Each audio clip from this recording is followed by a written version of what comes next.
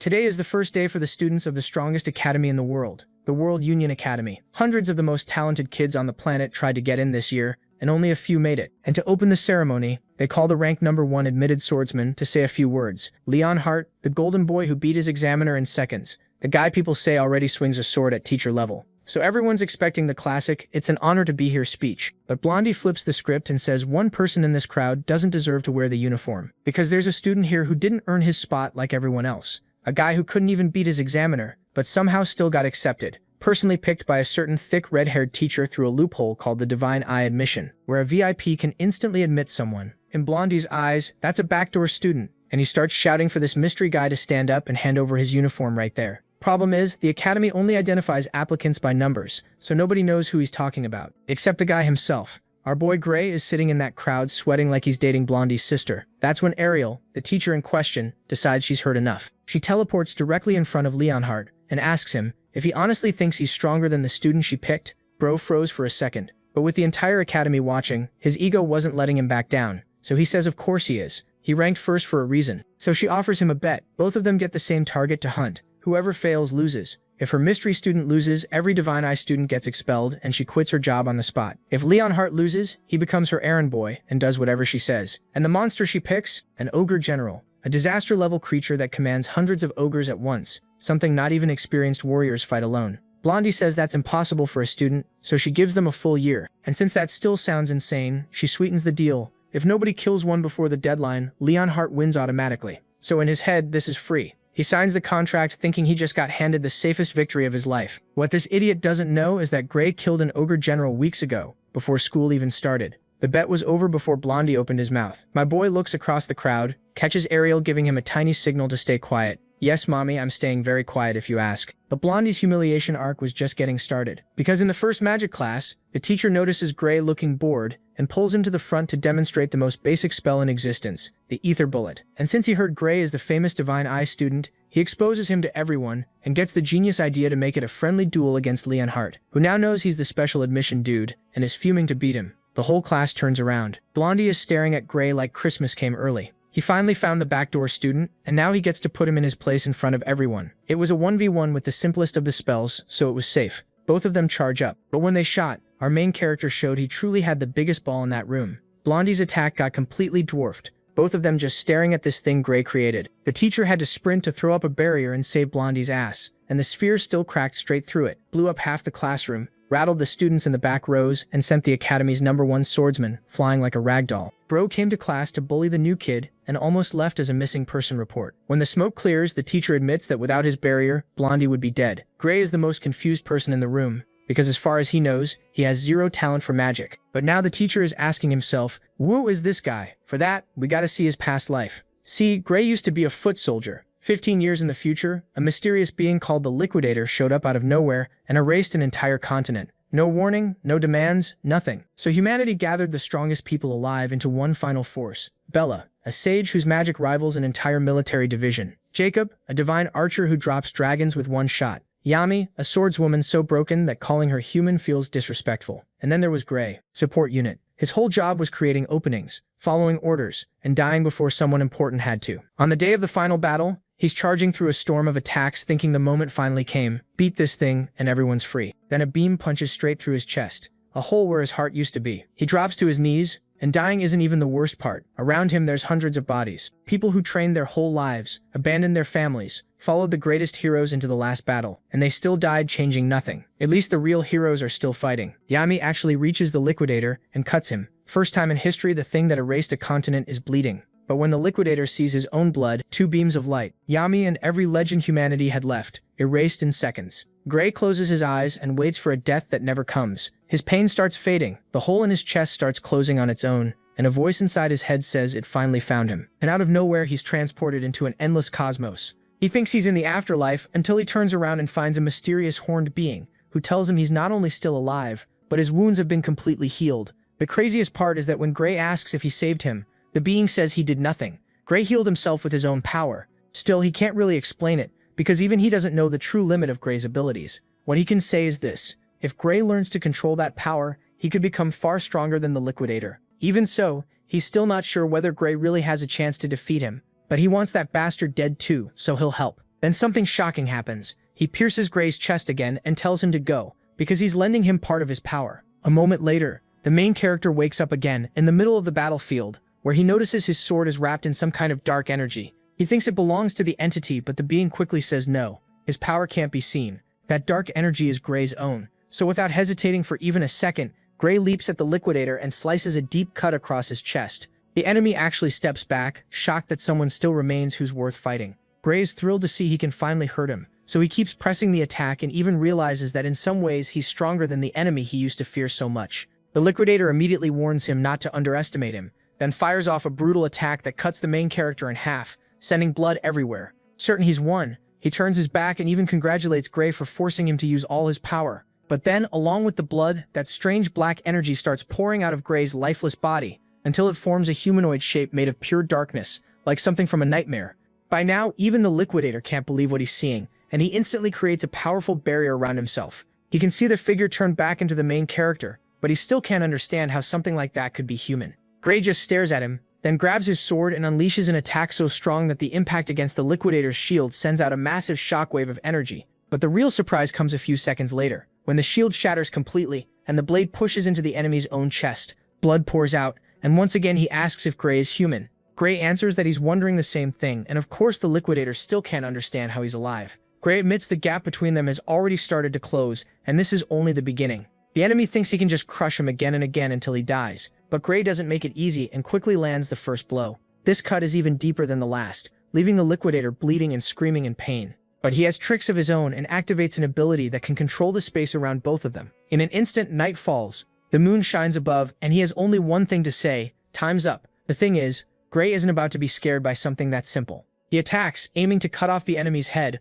only to realize every inch of the liquidator's body is covered by an invisible shield. In a calm, confident tone, the enemy makes it clear this is pointless. In that space, nothing can hurt him. So he tells Gray to stop trying and instead focus on the stars. That sounds stupid at first, until Gray looks up and suddenly falls into a trance. But that's only the start of the trap. What looked like a distant star suddenly drops toward him at full speed and crashes down, unleashing a violent blast. When the dust clears, there's a giant crater, and no sign of the main character. The liquidator says Gray won't survive or come back if he's turned to dust. But that becomes his biggest mistake, because the dust itself starts gathering into a huge magic circle. Then a voice says that maybe the best thing to do is use all that leftover energy from the attack to send him back. And of course that voice belongs to the same deity as before. The liquidator recognizes him as Kronos, but Kronos ignores him and keeps his focus on Gray. He says he'll use his power to send him straight into the past, and just like that, without the liquidator being able to do anything to stop it, the time travel spell activates, and Gray is given a mission more important than his own life, the fate of the world.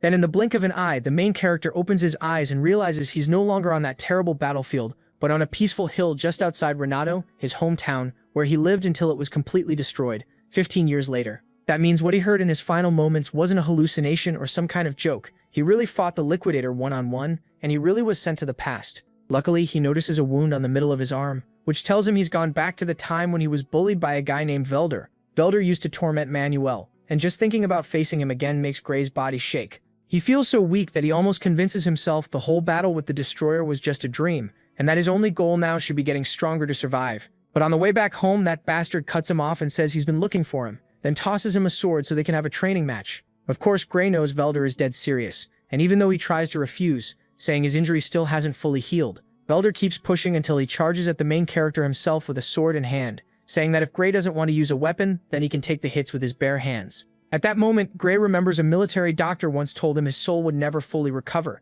because of an injury he suffered when he was younger. So maybe this was where his life as a loser began, and if that's true, maybe he has a chance to change it. So he starts dodging Velder's attacks. Then he's shocked to realize how slow Velder is and how basic his moves are. At first, Gray wonders if Velder was always this weak, but then he understands that what changed is something else. He's the one who got faster. Of course, everyone else notices it and stares in disbelief as he picks up the sword. Gray realizes then that it wasn't a dream. He really did go back in time, not with the body or the powers he used to have, but with the memories of every battle he's fought. And that's worth more than any talent. It becomes even clearer when one single move with that sword is enough to bring down Velder. For a moment, Gray wonders if he should really fight someone so clearly weaker than him. But that doubt doesn't last long, because he remembers all the years that bastard tormented him. So he not only forces him to drop his sword, but takes advantage of the fact that he's disarmed to attack him directly, the same way Velder had planned to beat him while he was helpless. And he's not doing it just to scare him, because with a single slash he cuts open Velder's chest, leaving him frozen in pain.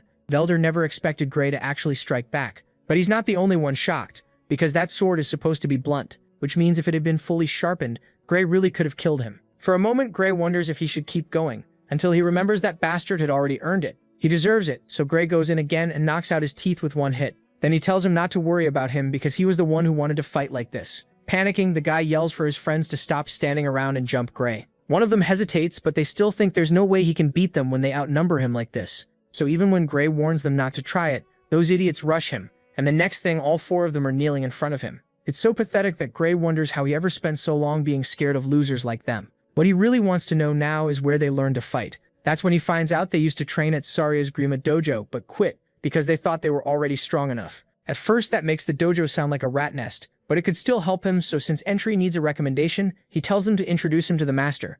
Velder tries to refuse, but Gray suggests they keep going with their little practice match. That shuts him up fast, and the idiot leads him there, asking why he suddenly cares so much about the dojo. Gray says it's the only way he can get into the academy, and one of them innocently says he's already strong enough and doesn't need that place. But Gray can only think about how not even the strongest warriors in the world could beat the Liquidator, so this is no time to get comfortable. He doesn't even know how strong he needs to become, and the only thing he knows for sure is that even the dark power that covered his body wasn't enough, at least not fully. Still, there were moments when, while controlling it, he could feel real power in his hands. And that only happened when he tried to copy the Grimmy technique, so he can't help wondering if the battle would have ended differently if he'd reached the level of someone like Kronos, may have sent him back for exactly that. With that in mind, they arrive at the dojo, where the master, a blue-eyed woman named Saria, personally steps in to beat down the bullies for trying to use their skills against a civilian, then throws them out. She says trash like them never even deserved to be part of her dojo. But she doesn't stop there. The woman is so honorable that she quickly kneels before Gray and says that, as an apology, she wants to write him a recommendation letter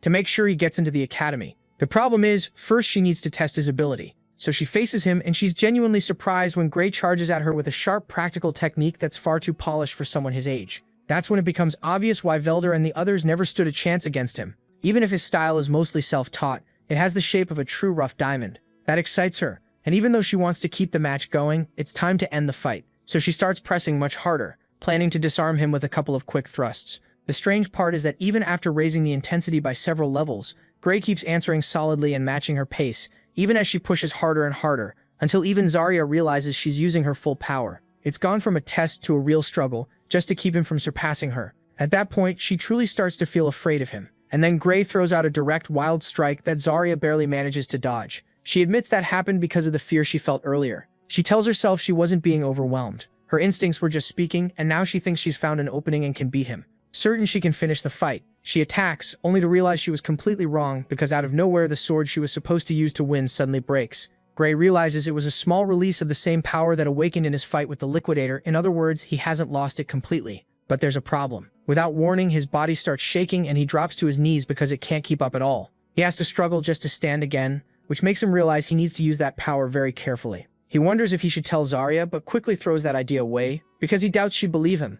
So in the end, all he says is that he got carried away a little. But the woman isn't stupid. She knows it's impossible to slice clean through a wooden sword with another wooden sword that isn't even sharp. And even though she's sure he noticed that too, she decides to respect his choice and stay quiet about it. What she does make clear is that she has confirmed his talent, and she can give him a recommendation to enter the best school in the entire kingdom, the Royal Fencing Academy. The catch is that she doesn't recommend he go there because he isn't suited for that place. Right away, Gray thinks he understands. He lacks strength and still has a long way to go. But Zarya cuts in and says she's not finished. The place he should go is the Academy of Eskrima. Not the best in the kingdom, but the best in the whole world, and Gray knows it well. He knows that's where the great heroes came from, so the idea sounds impossible. Zarya says it is impossible in his current condition because during the test she gave him, she noticed his sword skill is far beyond his physical condition. The way he is now, he won't pass the entrance exam. Gray immediately knows she's right, since that place is filled with true superhumans, but Zarya says she's not telling him this to make him give up. There are still 9 months left before the entrance exam, and even if that's not much time, she's willing to train him so he can make it.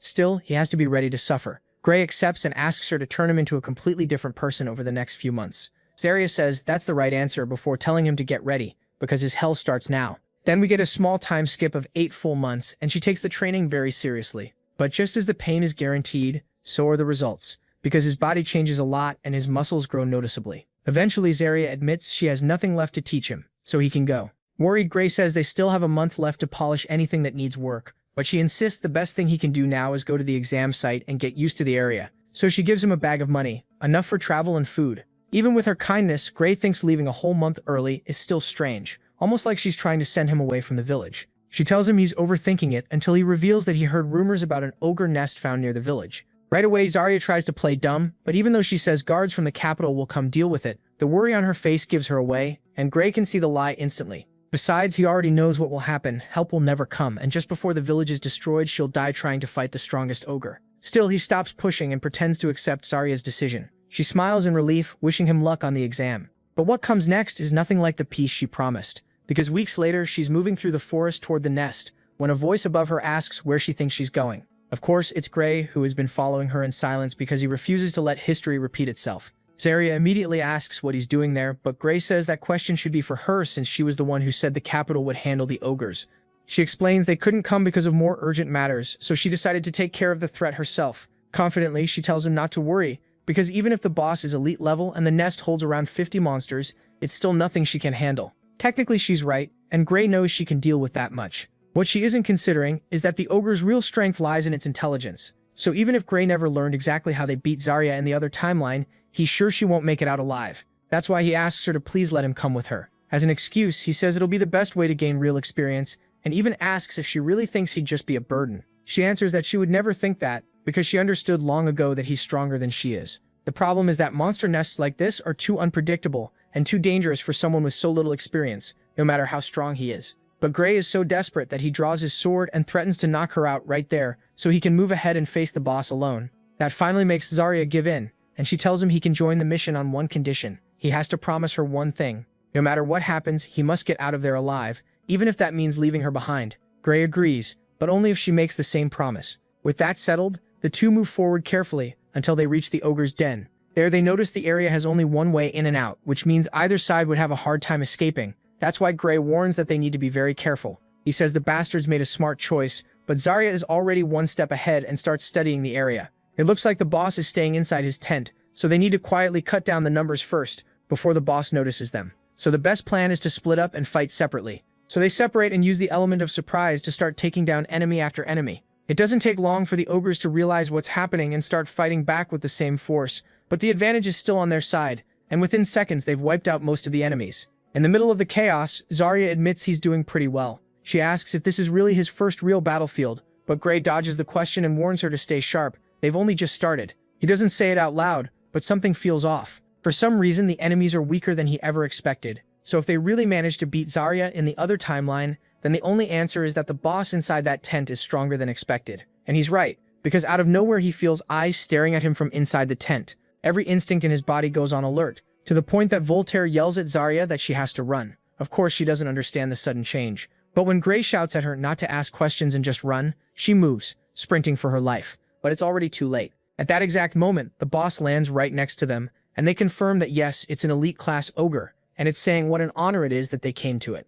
The real problem starts when Gray says that isn't the boss. Then the ogre lets out a loud warning cry followed by hundreds of others, bringing in a second wave of enemies just as strong as it is. In other words, that elite ogre isn't the boss. It's just one soldier among hundreds of ogres led by something even stronger, and in the distance they finally see an ogre general. That's a monster they definitely can't handle alone, so Zarya insists they need to focus on breaking through and escaping before things get even worse. But even though she lands a clean strike on the first enemy, the real nightmare begins when it regenerates like nothing happened. In the middle of it all, Gray explains that an ogre general's roar can boost both the strength and healing of its allies, so they'll need another plan. Then, out of nowhere, the protagonist tells her to cover his back. She doesn't need to do anything special, just buy him a little time while he takes down that bastard. And that's when the real battle starts, because to reach the general, they first have to break through a crowd of elite ogres so strong that just one clash of weapons shatters the protagonist's sword into pieces. The confidence he had starts fading fast. Even though he pulls out his spare sword, he knows it's only a matter of time before that one breaks too. Luckily, Zarya notices, and knowing two swords are better than one, throws him her spare, hoping it'll help him last a little longer. The problem is, he'll have to use it very carefully. So Gray focuses on moving smartly, making every swing hit as many enemies as possible. At first it works, but it doesn't take long before the ogres focus on him and start surrounding him from every side. And if that wasn't enough, the ogre general lets out another powerful roar, and to his surprise it makes them even stronger, to the point that monsters who were already dangerous enter a kind of blood-crazed frenzy as they charge ahead with only one target in mind, the protagonist. By then it's obvious the general has seen through his plan, but it's too early to give up, so Gray pushes harder, switching to a different strategy and trying to avoid them at all costs. Sadly, the ogres are still one step ahead, because the moment they notice he's trying to slip past, the bastards dive at his back, tackling him, pinning him down, and basically doing anything they can to wear him out as much as possible before he reaches their leader. In one of those moments, an ogre throws a blow so strong that Gray has no choice but to block with his sword, and it instantly shatters into pieces. At the same time, he takes a good part of the impact, and now he has only one sword left. He can't help thinking about his life before going back in time. All those experiences that taught him that in a situation like this, he can't win. He's so sure of it that he yells at Zarya to run and use the chance to escape while the enemies are focused on him. What he doesn't count on is that the woman would never do that. Gray asks if she really plans to throw her life away in a pointless sacrifice. Sadly, Zarya's answer is even worse than he expected. It's not that she doesn't want to run, she can't. Her leg is injured, and she can't run anymore. No matter how he looks at it, they're out of options.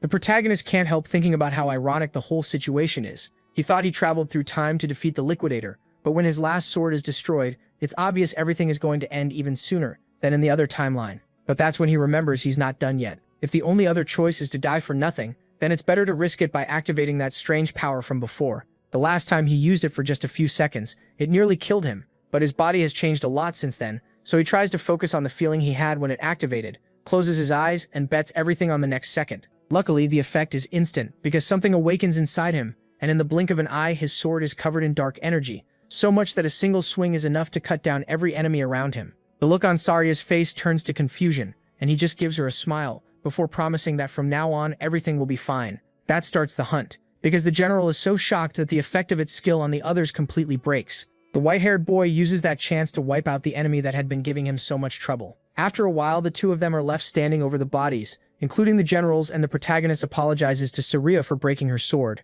Of course, she couldn't care less now, since he literally just saved her life. But right when she tries to ask where that power came from, Gray collapses to the ground, completely drained, or at least that's how it looks at first. On his side, the protagonist wakes up in the middle of nowhere, a completely black space where there's nothing except a sealed door, and from it waves of dark energy slowly begin to leak out, the same power he felt before. That's why he figures that if he opens it, he'll gain complete control over that ability. It sounds tempting, until he unconsciously steps forward and his body is hit by a murderous pressure that freezes him on the spot. Of course, he doesn't hesitate to step back, because he's sure that if he opens the door as he is now, he'll die. And the creepiest part is that the moment he thinks that, an outside voice says he made the right choice. Thankfully, right then he wakes up in the village infirmary, where Zarya has been waiting for him. To him, it felt like he was gone for only a few seconds, but in reality, he's been unconscious for 5 whole days and she admits she thought he had died. Calmly, Gray says he just pushed himself a little too far, but the white-haired girl doubts that's enough to describe the crazy thing he did. Everything he pulled off with just a few sword swings. Still, what matters now is that he's okay, so she asks if he can stand up, and that simple idea is shut down right away, when Gray realizes he can't even gather enough strength to move his right arm. And strangely, that's not even the weirdest part, because he notices a large black stain spreading under the bandage. Zarya can't even see it, and the only obvious thing is that his arms are a mess, but he can't feel it because they gave him a magic potion. And that's when everything else stops mattering, because Gray knows those are insanely expensive and is almost too shocked to speak.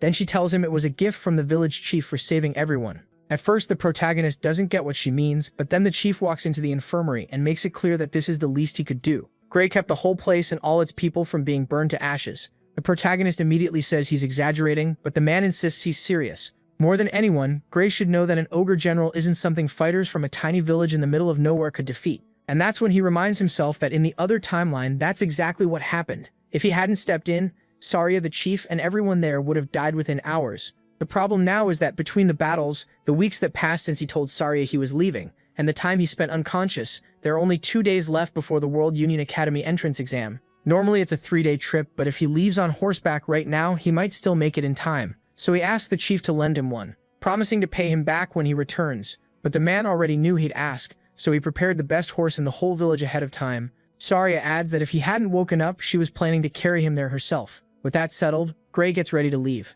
He gets ready to leave, but the biggest surprise comes when he opens the door to the clinic and finds the whole village waiting for him, ready to send him off with signs, cheers, words of thanks, and even a bag of money they collected to help cover his academy costs. Without hesitation, Gray thanks them all, and even though he admits the pressure to pass feels heavier than ever, Zarya tells him not to worry. She knows better than anyone that no other applicant can say they beat an ogre general. Sure, with his right arm like that, he won't be able to shine the way he should, but Gray insists his left arm will be enough, and he won't even need that strange power from before. The examiners aren't blind, and there's no way they'll overlook someone as gifted as him. No matter what, he's going to pass. With that promise, Gray sets off, thinking that if he managed to save a village that was supposed to be destroyed, then the future really can be changed. From there, we jump straight to the start of the entrance exam, where the announcer says all examiners must stay inside the central arena until the process is over. What shocks Gray is the number of people there. Hundreds of applicants, even though usually only around 20 get picked each year. Some even say there have been years when only one person made it. Then Ariel steps forward as the head evaluator and, with a single snap of her fingers, hands out a ticket to every applicant with their number on it, the only information they need.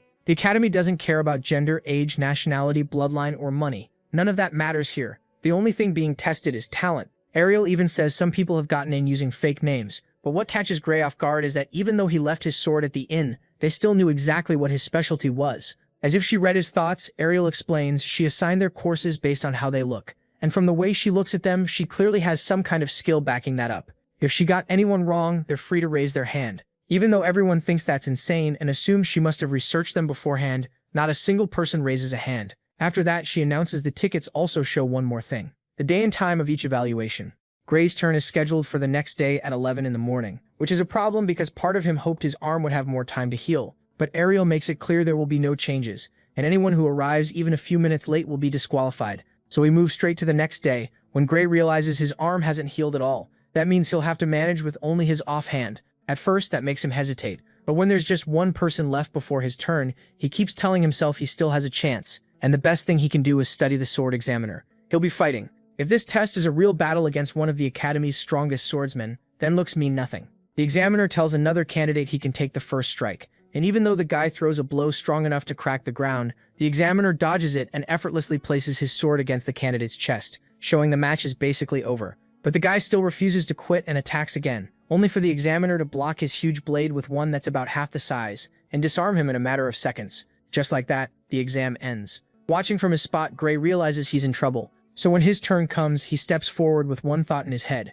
How is he supposed to beat someone who just disarmed a giant that easily? Once again, the examiner offers the first move, and Gray goes in, ready to use one of Zeria's best lessons from training. A sword isn't swung with just the arms, but with the whole body. So even injured, he can drive power through the rest of his muscles. That lets him throw a pretty solid strike. Of course, it's still nowhere near his normal attacks, but it's enough to make the instructor answer right away. And to Gray's surprise, he can see the sword moving almost slowly. Not because the man is weak, but because compared to Zeria's speed and skill, he doesn't even come close. That instantly boosts Gray's confidence, and within seconds he starts pushing forward with quick, sharp movements that force the examiner back, proving Zarya was right all along. He really might pass. Still, it isn't easy. As the fight goes on, Gray realizes that even if he's already figured out the examiner's sword style, the man is still very strong, and there's no way Gray can break through using only his left arm. On top of that, the examiner is feeling the pressure too, and his attacks are getting rougher and rougher, so Gray decides to risk everything with a new plan. He gives up the advantage for a couple of seconds, just long enough to make the examiner think his guard is broken and go for a clean, wide, all-in finishing blow. In the end, the examiner is the one who opens himself up, and Gray uses that moment to slip behind him and thrust forward. A strike that would have won him the match if just millimeters from landing someone hadn't shouted stop, making Gray freeze at once. He looks around confused because the fight had just gotten good. Then another judge announces that time is up, and since that's how it ended, the only conclusion they can make is that it's a draw. Of course, Gray assumes the worst. In his mind, the only way to pass was to beat the evaluator. So he leaves the arena feeling crushed, repeating to himself that at least he gave it everything he had, already thinking he'll have to take the exam again next year. He walks away convinced he'll do much better once his arm fully heals. After that, a whole week passes until all the evaluators gather to talk about the applicants and compare notes. In general, they're completely worn out because the exam's golden rule is to judge each person one by one, then discuss every single case the same way. They start with the sword course applicants, where the clear winners are the ones who actually beat the evaluator. But they also consider strategy and how long each person lasted during the 15-minute limit. The problem is, one evaluator insists that this time only the people who beat the examiner should pass, plus maybe a few rare exceptions, and sadly, Gray isn't one of them. In fact, no one even says anything special about his performance. It seems like that's the end of it, until someone asks what they'll do about candidate number 513. Of course, that's Gray's number, but the surprise is that the one who brings him up is Ariel herself, insisting he has real potential, even if the others don't agree. They argue that even if it looked like he was about to win, the fact that he relied on cheap tricks says a lot, and none of it is good. They do admit his technique was solid, but say he lacks strength and spent most of the test getting overpowered, which to them means he's useless. That only makes Ariel laugh to herself. With so many people watching, she finds it ridiculous that none of them noticed that one small detail. But we don't get to hear the rest of the argument, because we jump straight to the next day, when they announce that only 6 people have been accepted into the sword course. Candidate number 5, number 217, 432, 615, 753, and 925. Even though Gray still waits to hear his name, they make it clear that's all of them, and only those 6 candidates have the right to cross the bridge and finish the enrollment process. Everyone else must leave, except for one more, the one personally chosen by the Divine Eye, candidate number 513. Within seconds, Gray's ticket bursts into bright blue fire, and everyone stares at him with curiosity, admiration, and anger, because a special Divine Eye admission isn't something just anyone gets. Gray has no idea what that even means, but he hears some people whisper that it's just how spoiled idiots sneak in through the back door. That makes even less sense to him, because he literally has no connections at all. He even wonders if Saria might know someone, until an old man cuts in and tells them to shut up because Divine Eye admission is an honorable category that has produced heroes for hundreds of years. They fire back that lately it's lost all prestige, since it's only been used to admit useless people like Jacob, Bella, and Yami, 3 of the Academy's biggest failures. What they don't know is that Gray knows those names very well. Even if people see them as weak right now, they'll become part of the main force against the Liquidator. Either way, the point is simple: he got in. From there, we move straight to the entrance ceremony, where Gray and the other chosen students receive their documents and are called to the plaza in front of the main office. The strange part is that when they arrive, there's nothing there, and they start wondering if they came to the wrong place. Then an assistant shows up to explain that there's been a small delay with the setup because of a mix-up. Since the place is completely empty, they figure it will take a long time, but then he tells them to step back so they can begin the setup, and in an instant the ground lights up with dozens of magic circles that spread out in a brilliant glow and start forming a small coliseum. With a smile, he tells them to sit wherever they want. The students head over completely amazed because that wasn't normal magic, it was teleportation used on huge objects. Even Gray, who's seen plenty of wild things, thinks this is an insanely flashy way to use that spell. That only makes him even more excited since it shows just how much power the World Union Academy has. Still, a boy up front notices something Gray missed. There are way too many seats for just 30 accepted students. His friend explains why. The Academy brings together the best students from all over the world, but what does that have to do with anything? To get it, he needs to look up, because dragons and airships are all arriving at the same place at once. Once again, the guy has no idea what he's looking at, but the protagonist recognizes them right away. Strato Queen magic aircraft, the biggest and most expensive in the world. So it's crazy to think they're casually using them just to bring in the rest of the students. The ceremony isn't only for the new ones, the seats are also for upperclassmen. Once everyone is gathered, the assistant says they can finally begin the ceremony. It turns out to be painfully boring, because the director gives a speech so dull that Gray is almost falling asleep, until they start introducing the top students from each year. That's when a blonde boy near the protagonist stands up, Leonhard Apias. He's the strongest swordsman in the group, and during the entrance exam, he beat the examiner in seconds. Rumor says he's as skilled with a sword as some of the teachers, so of course he catches Gray's attention. Even more when he asks the teachers if he can speak freely, and they say yes, not expecting Leonhard to start complaining about the academy. He says it's an honor to be admitted with everyone else, all that stuff, but then insists that one person there doesn't deserve to be here. To make it perfectly clear, he turns to Ariel, the Divine Eye, and asks if she knows who he means. Ariel seems surprised. She answers that everyone here passed strict tests, so even if not all of them are as strong as him, they still earn their place. Then she flat out asks what the hell he's talking about. Leonhard says everyone deserves to be here except the guy who got in through the back door with that so-called special Divine Eye admission, and he doesn't stop there. Leonhard starts shouting for that student to show himself and hand over his uniform, obviously talking about the protagonist. Luckily, because everyone was chosen only by numbers, no one knows what he looks like. Ariel tries to change the subject, but Leonhard keeps going until she suddenly teleports right in front of him, and in a pretty creepy way asks if he really thinks he's stronger than that other student. At first, Leonhard gets so nervous he can't even answer, but then he steadies himself and says of course he is. He ranked first for a reason. That's when things finally get interesting, because Ariel suggests a bet. 2 things will be on the line. First, the other boy's admission, and also her own job. The protagonist freezes, since he definitely never agreed to anything like that. Leonhard asks if they're really going to make him fight, but Ariel says no. If the other boy got serious, Leonhard would die, and as a teacher, she won't risk a student's life. That instantly makes things tense. Leonhard asks if that's supposed to be an insult, but the redhead makes it clear she means every word. So instead, they'll compete by fighting monsters. That way it's safer and fairer. And Ariel even hints that Leonhard is better at fighting monsters than humans. What exactly she means by that, we don't know. Still, Leonhard accepts, and Ariel starts laying out the rules. Basically, each of them has to kill the monster she names as the target. Every round, the target monster gets stronger, and whoever fails to kill theirs loses. If the protagonist loses, Ariel will quit her teaching job, and every special admission student will be expelled. But if Leonhard loses, he'll have to do whatever she says. Before agreeing, he wants to know what kind of monsters they'll face, so he doesn't walk into a trap. And this is where things get weird, because Ariel acts like she's thinking, then asks how he'd feel about fighting an ogre general. That's way too specific to be random, so the protagonist starts wondering if she knows more than she lets on. Of course, Leonhardt says that isn't a monster a student can beat alone. Ariel says fine, it can be a long-term bet. They'll have until the end of the year to defeat the creature, or they lose anyway. Even then, the blonde still thinks it's impossible because it's a disaster-level monster. There's no way he could beat something like that with only a year of training. He starts thinking Ariel picked an unbeatable monster just so the bet would end in a draw.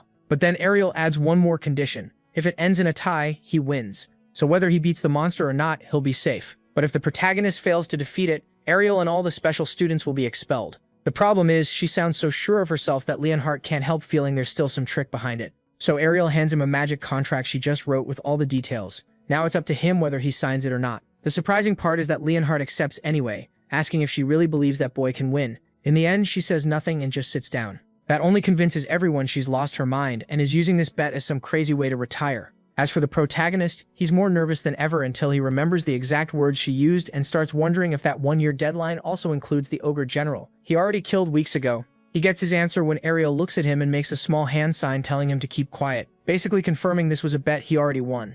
After that, we jump straight to the first class on the basics of magic, where the teacher starts with the simplest part. Inside every person's body, there's an invisible energy called aether. By using the right magic circles to control it, people can do amazing things. During all that talk, the protagonist is glad most of this is stuff he already learned in his past life's training. That means his real problem is Leonhardt, because they ended up in all the same classes. So now the goal is keeping it secret that he's the special student Leonhardt hates so much. The problem is, if he wants to stay unnoticed, he's in trouble. The teacher notices he looks bored, and without any filter, tells him to come up front and show the class how to use basic magic. The protagonist admits he didn't think knowing magic was required since this is a sword course, but the teacher explains they still need the basics so they can work together with mages.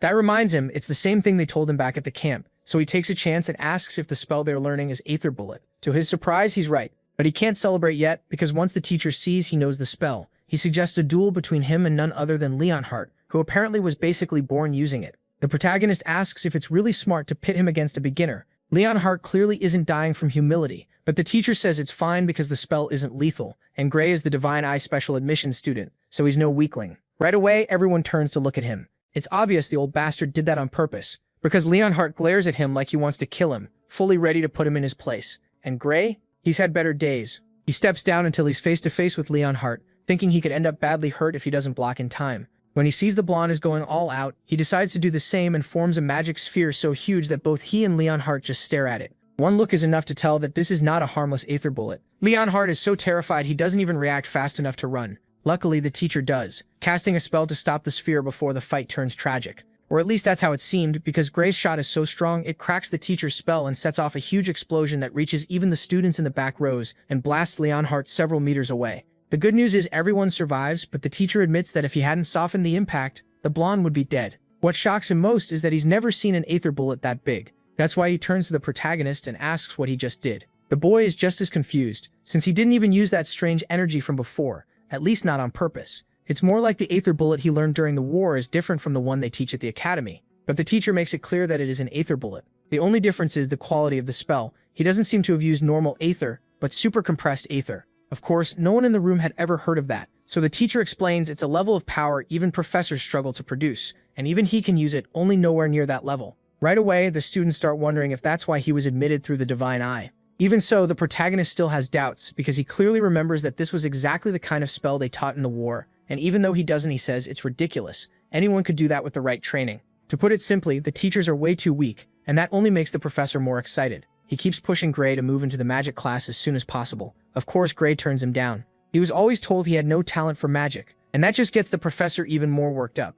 He says he's never seen anyone use ether compression so easily. In his eyes, it would be a waste if Gray focused only on swordsmanship. What really matters is that this suddenly unlocks memories Gray had buried until now. The one who taught him the little magic he knows was Vela, and she always cared most about people who didn't even know Odo existed, the life force that makes strong spells much harder to cast without it. With that in mind, he asks the professor if he knows what Odo is, and when the man has no idea, Gray understands why he's so strong. He knows techniques nobody else does, knowledge from the future that makes magic easier to use, to the point that even someone as weak as he used to be is now among the strongest. Still, he has to be very careful with that information, so he refuses to join the magic class, and the professor tells him the door will always stay open for someone like him. In the end, he sends Gray back to his seat, making it clear that it doesn't matter if he gets distracted or bored, because the class is clearly too basic for him. Everyone is stunned except Leonhardt, whose reaction is a little different. Now he looks at Gray with pure admiration, and honestly that gives him chills. Later on, Gray gets a letter from Ariel asking him to come to her office. He wonders if it has something to do with what happened that morning. When he reaches the door, it tells him to come in before he can even knock, like it can somehow see through walls. But that's not even the strangest part. The second he enters, a sword comes flying straight at him. He manages to block it, then freezes when he sees that the attacker isn't Ariel, but a blue-haired girl who looks very familiar. The problem is, before he can figure out where he knows her from, something else grabs his attention. Ariel is watching from her desk with two other professors beside her. She says she knew her guess about him was right, but the men still aren't fully convinced, so they ask the girl if she really attacked with everything she had. And here's where it gets interesting. They call her him, so Gray realizes this is him, Albright, the girl who will become the strongest sorcerer in the world. Before he can react, Ariel says it's obvious the protagonist gave it her all, and forces the others to pay up, because they had made a bet on whether Gray could withstand an attack from someone as powerful as the blue-haired girl. Ariel decides to be generous, and gives Gray part of her winnings, a gold coin worth a small fortune. While he nearly panics from holding something so valuable, the professors admit Ariel was right about her theory from the other day. Gray had been protecting himself by avoiding use of his dominant arm on purpose, which could only mean he was dealing with some kind of injury, and that hurt his performance during the test. Of course, they're completely right. Gray wonders how they figured it out, and they tell him that if they hadn't noticed, they wouldn't deserve to call themselves professors. Still, Ariel was the first one to catch it during the exam, so the others have to admit he really does have great potential. The problem is, potential alone isn't enough. Before leaving, one of them warns that he better recover, or he won't meet the standards for the sword course. After that, Gray is left alone with Bella and Ariel, who asks him to have a talk about magic. She makes it clear she heard what happened in class earlier. In fact, the professor personally came to her demanding Gray be transferred, but she refused to because she believes he's better suited for the sword than for magic. Even so, what he did was impressive. Clearly impulsive, with little understanding of ether, yet still something very few people can pull off. So she wants to hear his secret. She even offers money, and promises that whatever he says will stay in that room. She doesn't need the answer for Bella, who is a genius at magic theory but not nearly as good at putting it into practice.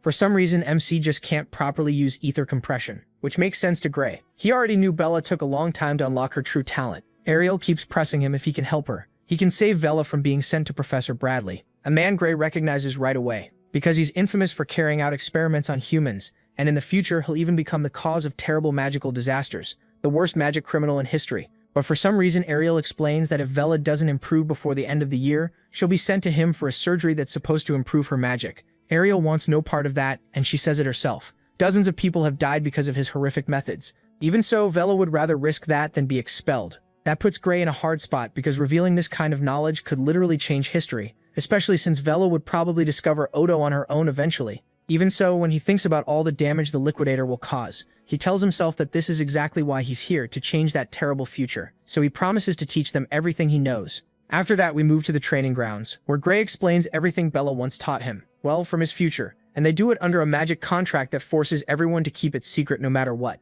At first, what Gray tells them sounds insane, but the more they think it over, the more sense it makes. Bella gets excited, saying it literally sounds like magic from the future. On top of that, none of his ideas go against how current magic works. They just add to it. So the blue-haired girl decides to test it by using the knowledge he gave her to cast a spell at full power. For Gray, though, that is not exciting at all. He's seen what Bella can do, and he knows one of her attacks can wipe out an entire city. Not only that, but she's so powerful that the odds of her controlling all that power at this point are low. The problem is, before he can tell her to stop, Bella fires the spell and in a single second, blows away the whole training field. That includes Gray, who would have been completely burned alive if he hadn't managed to seize control of the energy at the last second. In fact, she handles it so well that it changes from a blast like a nuclear bomb into a huge dragon shape that flies through the flames. Then she collapses. At first, Gray worries, but Ariel explains that the poor girl just ran out of ether. Even so, she can't deny that what Bella pulled off in a single try was absolutely incredible, and it proves just how much power was inside her waiting to come out. With the little strength she has left, the protagonist insists she couldn't have done it without Gray. But all he can think is that he merely taught her something she was the one meant to create. The important part is that they managed to save her from a surgery so dangerous it wouldn't just have risked her life. If she survived, it likely would have taken away her control. That famous procedure can grant huge magical power in exchange for the user's control over it, which explains why the future Vela was always so careful with her magic. One spell could put her life and everyone else's in danger. Anyway, now it's Ariel's turn to keep her side of the deal, because what Gray asked in exchange for teaching them about Odo was for her to heal his arm. The redhead says there's a very special kind of magic she wants to use on him, and with that, she gently places her hand on his wound. Blue energy wraps around it, and after a few minutes it fades until Gray can move his arm completely again. He's completely shocked, because not even a top-grade healing potion had that kind of effect. Proudly, Ariel explains that her highly specialized magic is far beyond those potions. Then she tells him to test his arm with a sword, so Gray starts throwing out a string of slashes and realizes that even if it looks fine, it doesn't feel like it moves the same as before. Ariel understands that right away. She says that while she repaired his nerves, her magic can't heal wounds to the soul, a concept most people still don't accept, but one she firmly believes in, because her eye can see it. Even right now, she can tell his soul is slowly healing.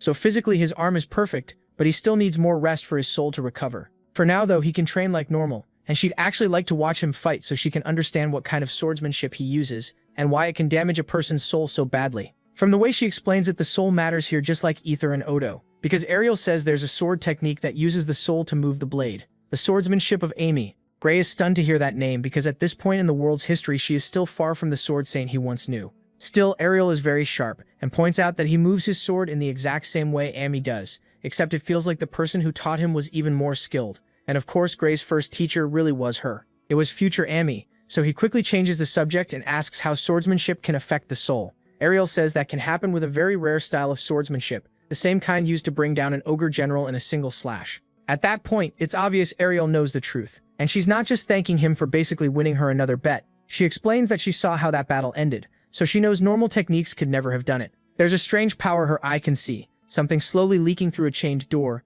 Of course she means the same door Gray saw the last time he used his ability. Then she says something even more shocking. She doesn't fully understand that power, but she has seen something similar to his before, a force tied to a being called the Liquidator. Gray freezes on the spot. He doesn't know what to say or even think, because the Liquidator shouldn't have appeared yet. It's not supposed to exist in this time period. Seeing his reaction, Ariel realizes he already knows about the Liquidator. She's almost surprised, but then remembers that Gray always seems to know things nobody else should, like knowledge from the future. This woman is way sharper than she first looked, so she asks him directly what he knows about the Liquidator. Gray only says it is a huge threat to humanity. He stresses that it has to be stopped before it appears and destroyed if possible. Hearing how serious he is, Ariel thinks he may be overdoing it a little, but if that's true, then the answer is simple. They need to stop Professor Bradley's experiments. That's because she already knows about the Liquidator. It's the being Bradley is trying to summon. Now that really shocks Gray because in the future he never knew where that monster came from. He once believed nobody knew, but the more he thinks about it, the more sense it makes. In humanity's final years, the Academy always acted like it knew exactly where the Liquidator would appear. So the one left in the dark was him. And since Professor Bradley is part of the Academy, the conclusion is obvious. The World Academy was involved with that creature all along. That's why Gray tells Ariel the experiment must be stopped right away. Ariel agrees, but she doesn't have the authority to stop another professor of equal rank. She even says she already tried pushing her superiors to cancel it. Worse, she isn't allowed to tell Gray who those higher-ups are. This place runs on a strict chain of command, and someone like her can't break it. At this point in the story, the full scale of Professor Bradley's crimes still hasn't come out, so Gray tells her he knows exactly where the bastard's hideout is. Maybe they can catch him in the act. The problem is that the Academy still backs him, so if they go in without solid proof, they'll be the ones who end up locked up. With that in mind, Ariel asks if he has any evidence. But beyond what he knows, Gray admits his hands are tied too.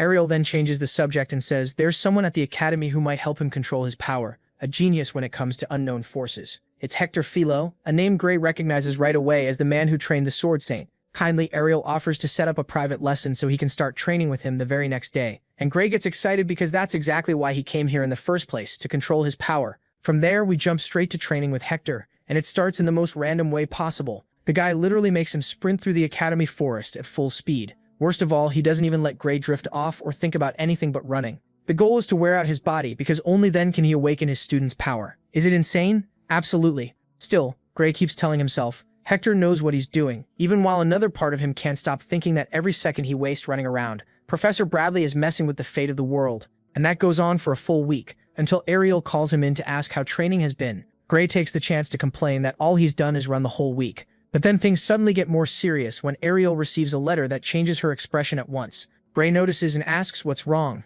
and she hands over the letter, one written by Professor Bradley himself. It says Bella's abilities have not improved under the terms of their contract, which means the operation will move forward. Gray immediately shouts that it's insane, and asks if there's any way to refuse, but Ariel explains the only way is if the professor cancels it. Otherwise, MC's only choices are the operation or expulsion. That's why, even after refusing before, Ariel asks where Bradley's lab is. If they expose him as a criminal, the contract terms will be void. As for proof, she trusts Gray to help her find it, because she knows he's been telling the truth this whole time, and together they'll drag that criminal into the light. With that decided, Gray reveals that the lab is in the mountains near Toril Village, and Ariel remembers that bastard has an Academy-approved lab in that same area, which means he's been using it as the perfect cover for his illegal experiments. On top of that, everyone knows no Academy professor would interfere with another professor's lab for no reason, which means they need evidence now more than ever if they want to stop him. Still, before they can talk more about it, Bella walks into the office. She got the same terrible letter too. Ariel quickly takes it from her and assures her she doesn't need to worry about that. He clearly has no idea what's really going on, so she asks if Ariel really plans to fight Bradley all alone. Ariel answers that her own strength is more than enough. Even so, Gray knows what that bastard is capable of, and he has a very bad feeling, so he offers to go with her. Bella does the same, insisting she can't let them risk themselves for her. It sounds like a solid plan, except Ariel reminds them Bradley is still a professor, and who knows what he might do to them. Gray says that's exactly why they need to work together, because if they use the same power he used to defeat the Ogre General, their chances of winning go up a lot. Seeing how determined they both are, Ariel knows they'll go no matter what she says, so she finally agrees on one condition. No matter what happens, they must put their own safety first. With that settled, they head out, and we move straight to the forest outside the lab entrance, where the three of them study the place and confirm no one seems to be around. That makes it the perfect time to go in. The basic plan is to sneak inside while Bradley is at a conference with the Magic Society and search for anything they can use as evidence. Of course, there's a good chance the place is full of traps, so they have to be careful. Bella worries they might get caught, but Ariel calmly tells her she can turn back whenever she wants. Still, the protagonist is determined to help them, and she doesn't understand why they're risking so much for someone like her. Gray cuts in right away. They're not doing this just for her. Stopping these experiments could literally save the world. That only leaves the blue-haired girl even more confused, and Ariel says that's probably going too far, but she agrees they need to think this through carefully. Even so, they came here by choice, and with that resolve they'll finish the mission. So they move out and sneak forward, until Ariel uses her fire magic to blast open part of a side wall of the fortress, which leads straight into the prison where that bastard keeps all his victims locked up. Some of them are dead, and some still seem alive. But the worst part is that none of them move or call for help. At a glance, Ariel spots at least 14 forbidden spells, each one serious enough to count as a crime on its own. They don't even need to bring up the illegal human experiments to throw that monster in jail, though those crimes will make sure he never gets out. But all of that takes a back seat when they reach a chamber with an altar in the center, and Bella asks if they should take the evidence and run or rescue the people. Gray says the smartest move is to leave before Bradley returns. The problem is that right then, a voice behind them asks if they mean him, and of course it's Frieren Bradley himself, who definitely should not be there. Before they can even ask, he explains that he used a modified spell to send a double to the conference in his place, because he had a very important experiment to finish, now that he had just received fresh materials. Then the bastard turns, and it becomes horribly clear that by materials he means dozens of human corpses. But worse than that, after seeing them here, he decides on a change of plans. Now he wants to use them instead. Exceptional people with far more magic power than any normal human could ever have. With a smug tone, he says he doesn't know how they found out about his experiments. Still, he's sure they didn't tell anyone they were coming, which means he can use them however he wants, because if they vanish, there's no way the Academy would ever suspect him.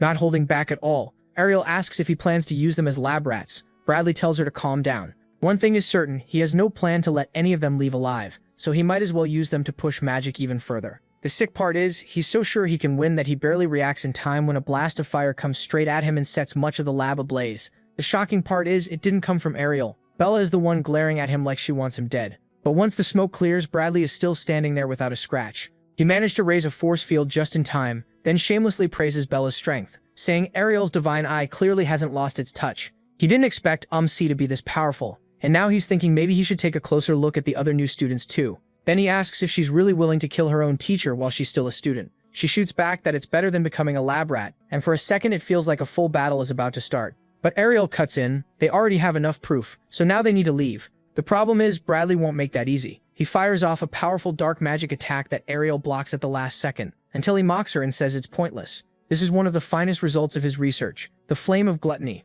a fire that can devour defensive magic and turn it into fuel for itself. In other words, it can't really be blocked, and that becomes obvious when Ariel's shield starts cracking apart, to the point that she has to call on part of her divine eye's power to create a second layer of protection. Sadly, it's clear that won't hold for long either, so she hands the kids a memory bag and says Hector will know what to do the moment he sees it. In short, she wants them to run, but Bella does the exact opposite, and uses her magic to put up a third barrier, holding it in place until Ariel yells that they had a deal. Bradley's magic is too abnormal for them to handle, so she'll buy them the only thing that can save them time. But then comes the real shock. Ariel's barrier breaks and the only one still standing is Bella. Not only does she endure it, she starts wearing Bradley's magic down little by little, because she reveals that they just needed a slightly different approach. Of course, Ariel isn't the most surprised.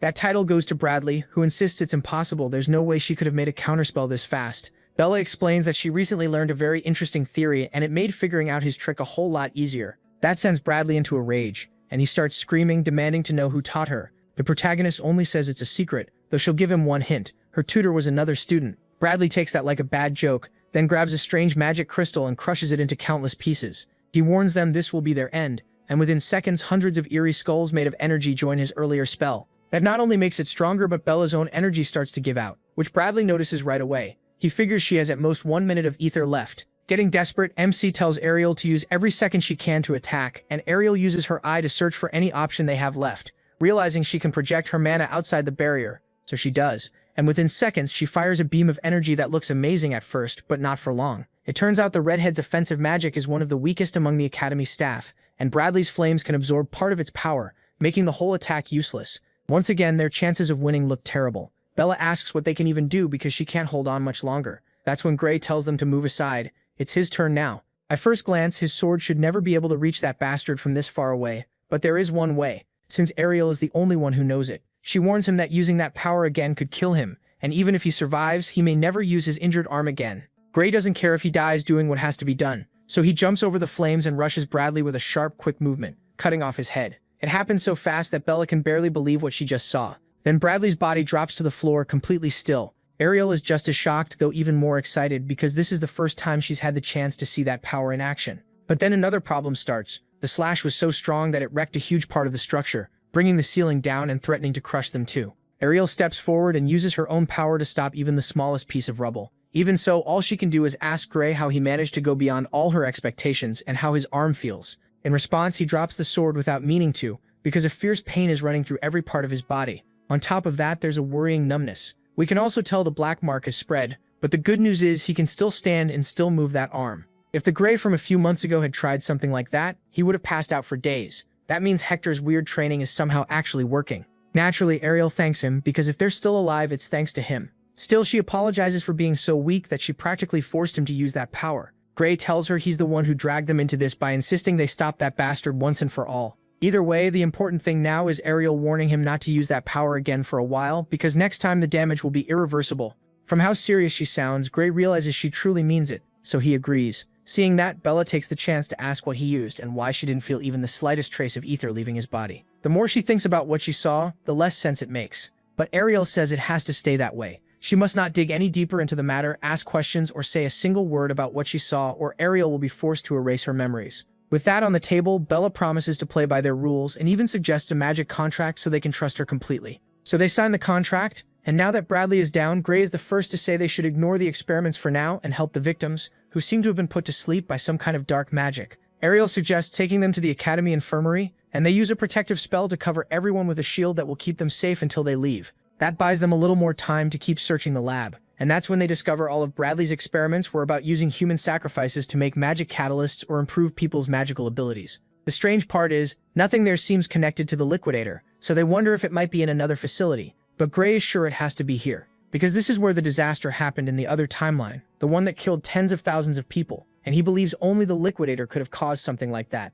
until he remembers that what killed those people was a mass that burst from the ground. If that's true, then what he's looking for isn't out in the open, but underground. So he asks Ariel to scan the area for underground passages, and to everyone's surprise, she actually does end up finding traces of short-range teleportation magic in certain parts of the floor. That supports the idea that there's a hidden space below that can only be reached with that kind of magic, and based on the energy used, she guesses it's around 300 meters down, almost half a kilometer underground. It's dangerous, but they can try. So Ariel summons a teleportation gate over those traces, explaining that if there's nothing there, the other side should just open into dirt. But then comes another shock. The gate opens and reveals a massive underground city that's giving off ether from everywhere, especially from a dome right in the center. And Ariel can tell it isn't just ether. A completely different kind of power is leaking out from there too. The power of the liquidator. Clearly that is exactly where they need to go. So they head inside the dome and find a strange door standing by itself. Very similar to the one Gray saw before. What's even weirder is that it stands inside a very suspicious magic circle. But Ariel doesn't sense any danger, so she touches it, checks it closely, and even opens it, also casually that Bella nearly has a heart attack. Ariel calms her down, saying the door itself has no power. It's just there as a symbol for the ritual. The real power isn't in the door, but in the magical structures that make up the circle around it. Then out of nowhere, they activate and start glowing in a way that can't mean anything good. Gray instantly yells for her to stop, because Ariel is the one who triggered the structures. She simply steps away from the circle, staying calm because she believes that setup can't truly summon the liquidator. That becomes even clearer when the surface of the door cracks and a dark energy like Gray's tries to come out. But before it can fully emerge, the structures run out of power. Everything settles down and the crack slowly closes too. Ariel explains that those devices weren't made to call the liquidator itself. They open a breach to the plane where it exists and channel the power leaking through. There's also a filter, the thing that directs all that power, and it's made of most likely with human sacrifices. Just like the results of the experiments they saw up above. Shaken, Bella asks why Bradley would go this far just to gather that power, and Ariel asks if she remembers the black flame that bastard used in the fight, or that strange exploding crystal. Those were clearly made from this same energy, just rough test versions of the power behind that door. In the end, the cracks finish closing, and Gray wonders if Bradley really was trying to summon the liquidator after all. Ariel says she's not sure. Maybe yes, maybe no. Most likely he tried and failed because he didn't have enough power. But the biggest issue is this. Even one of those power structures should cost as much as an entire nation's yearly budget.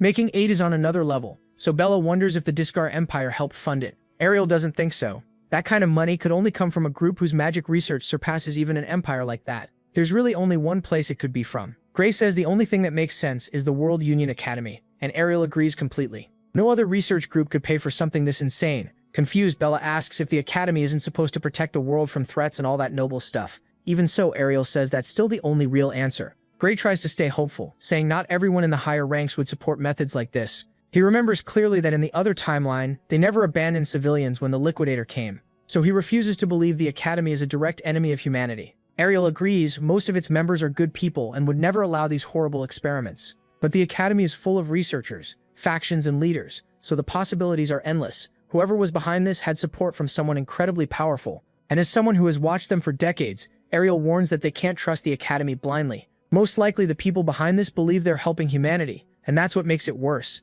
The place was built so carefully that finding any clue leading to the mastermind will be nearly impossible. And if that wasn't bad enough, everything around them starts exploding, which means they set up evidence-destroying mechanisms linked to Bradley's death. Bella panics and yells that they need to get out, but Ariel calmly says they're just explosives. She's not weak enough to let them die from something like that, and within seconds, she starts draining energy from the strange structures to make her own magic circle around the group. In a firm voice, she tells them not to move as debris crashes down all around them. A moment later, it turns out she managed to teleport everyone to the outer part of the forest. Better yet, she also brought every victim who was still alive, and maybe most important of all of the famous energy structures too. It was a risky move, but it was the best idea she had because knowing the Academy's higher-ups, she'll need to show them this if she wants a case solid enough that they can't ignore it.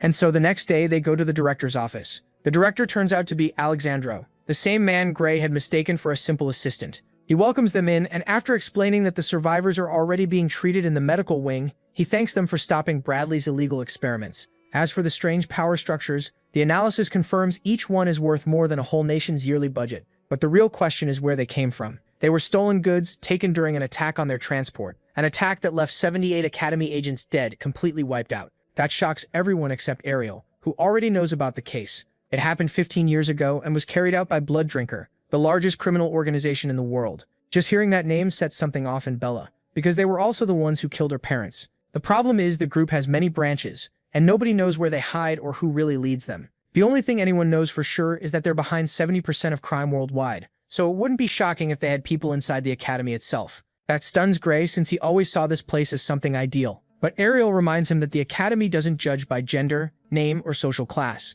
That openness lets talented people from all over the world grow stronger, but criminals can take advantage of that too and slip inside. It sounds insane, and Bella insists they need to find them and drive them out. The director agrees, but he's still just a subordinate. His authority has limits. If they want to learn who's behind all this, the only advice he can give them is to become stronger. He reveals that even among the students, some are so powerful they hold more influence than he does. And in this place, strength is everything. That means they can make a difference too. That clearly fires the group up, while Alexandro studies them and thinks Ariel couldn't have beaten Bradley alone. So one of those two must have done it, and he can't wait to see what kind of monsters they'll become. After the meeting, Gray looks at the mark on his arm and realizes that whether he wants to defeat the liquidator or uncover this place's secrets, the answer is the same. Get stronger. He keeps thinking about that for a while, until he accidentally bumps into another student with black hair. The shock comes when, before Gray can apologize, the guy attacks him with a kick so fast he barely blocks it. Then the stranger starts insulting him, telling him to watch where he's going and mocking him as trash from special admission. It's obvious the bastard wants a fight.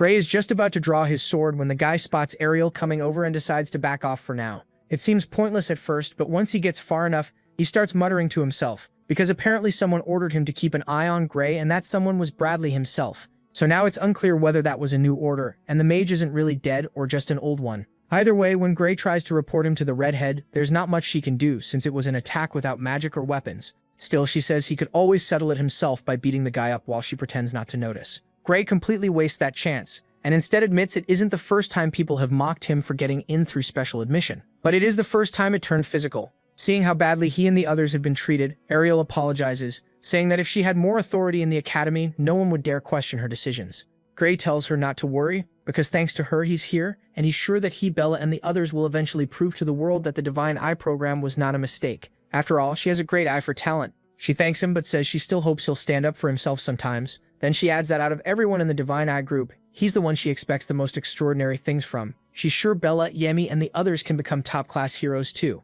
But the first time she truly believes someone might surpass the limits of humanity was when she met him. At first, Gray thinks it's ridiculous to compare himself to those great heroes, but seeing how sure Ariel is, he tells himself that kind of doubt is for someone who's already given up. He may have beaten one of the Lynx and bought some time, but humanity is still in danger. The fate of the world is still in his hands. After that, things sort of return to normal, and soon they're in a practical sword class where each student has to face another in a one-on-one match. Gray decides to do his best to prove he deserves to be there. The problem is, his opponent is none other than Leon Hart, the student with the best sword skill. Seeing the shock on his face, the teacher explains he paired students with similar skill levels, so no one would hold back. Of course, Gray sells himself short. Even after defeating an ogre general weeks earlier, he still thinks he's not on Leon Hart's level. On top of that, he assumes the blonde guy still hates him and will use this chance to crush him. Either way, the matches begin, and Leon Hart decides to go all out to prove his worth. The result is a brutal opening that Gray can't answer. He can only block, and then more and more fast strikes keep coming. Right away, it's clear this won't be an easy fight.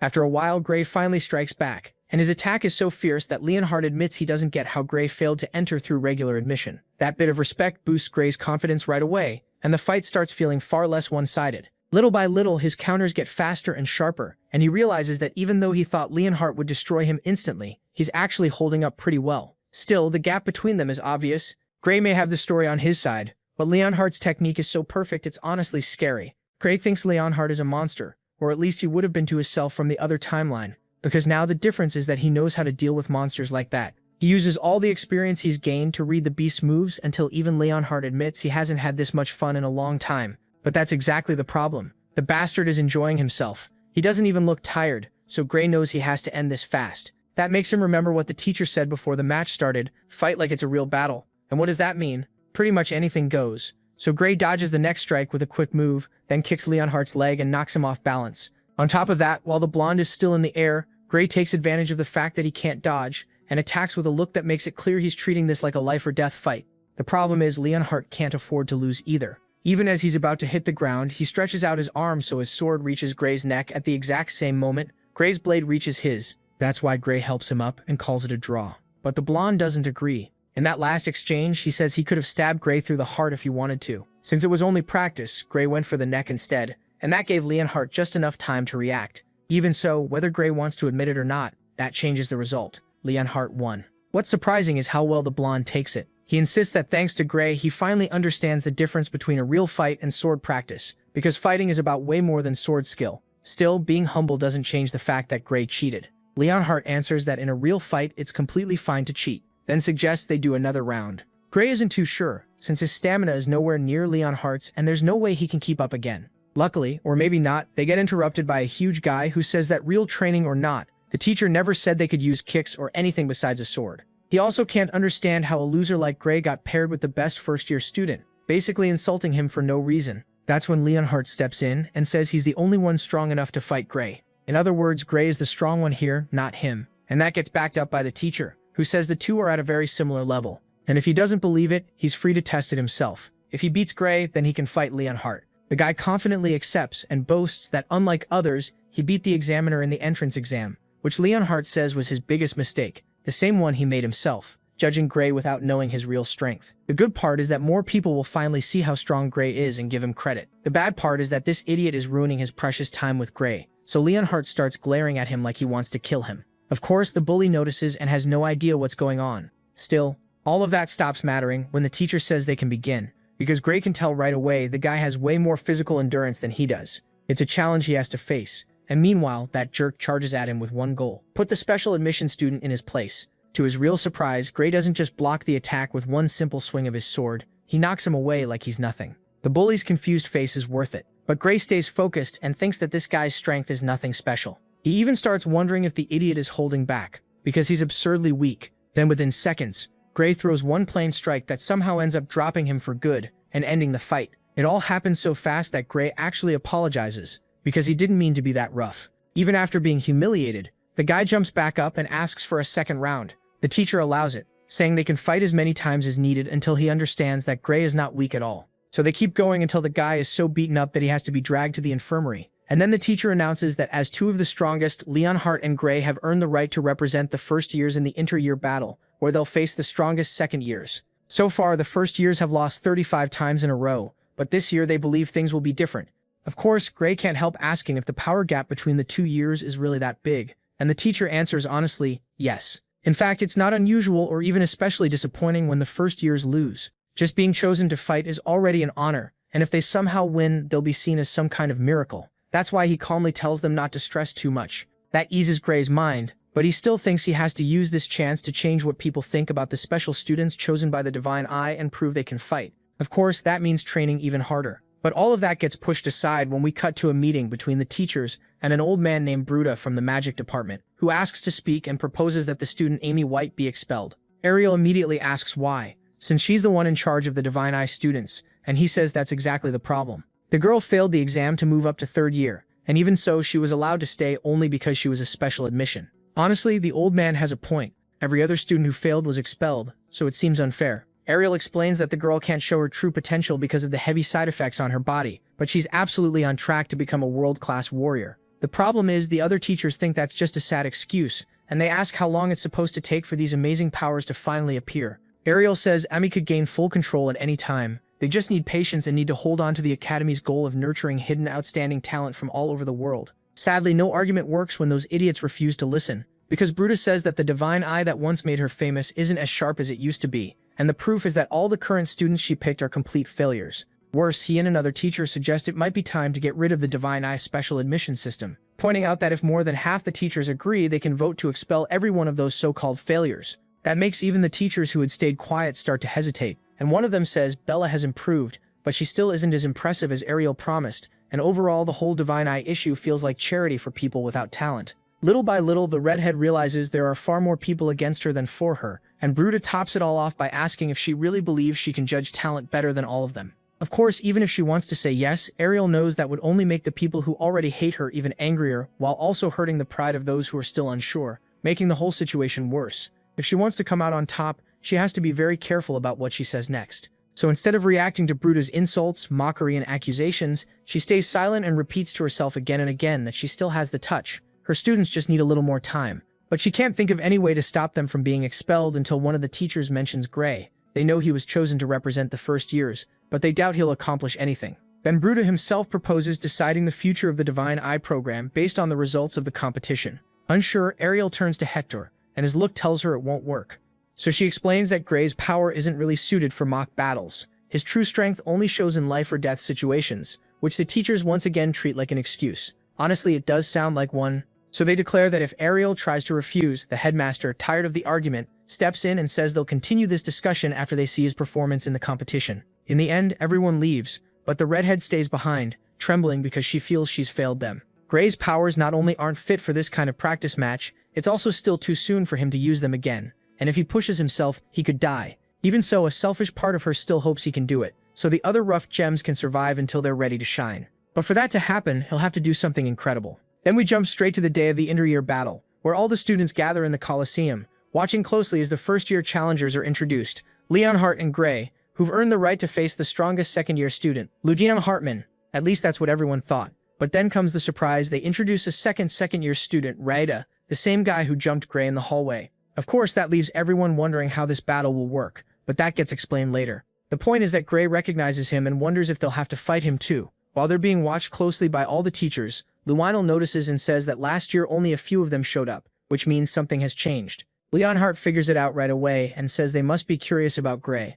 Luino thinks he's exaggerating, but then it turns out Bruta heard him and confirms it. They're here to witness the final end of the Divine Eye students because yes, even though Ariel said nothing, because she didn't want to put all the pressure on him, this bastard makes sure to lay it all out, making it clear to everyone that his future and the future of the other so-called failures depends on how he performs. Since nobody believes he can win, they're all here to watch the Divine Eye students fall. That makes the protagonist ask Ariel if it's true, but because she wants to avoid him putting himself in danger at all costs, she forces a smile and says Bruta just wants to throw him off. It might have worked if the protagonist hadn't noticed how badly she was shaking, so he only tells her he trusts her, while Bruta keeps tearing into the woman, insisting that today will prove she's a fraud. That's when the whole exchange takes a turn. The protagonist says he can't let comments like that slide. Insult him all you want, but he won't let anyone look down on Ariel's judgment. Of course, that only leads Bruta to throw it back in his face again. Him and the others are failures. So right there, the protagonist declares that he'll prove them wrong. With a statement like that out in the open, it's obvious the match just got a lot more interesting.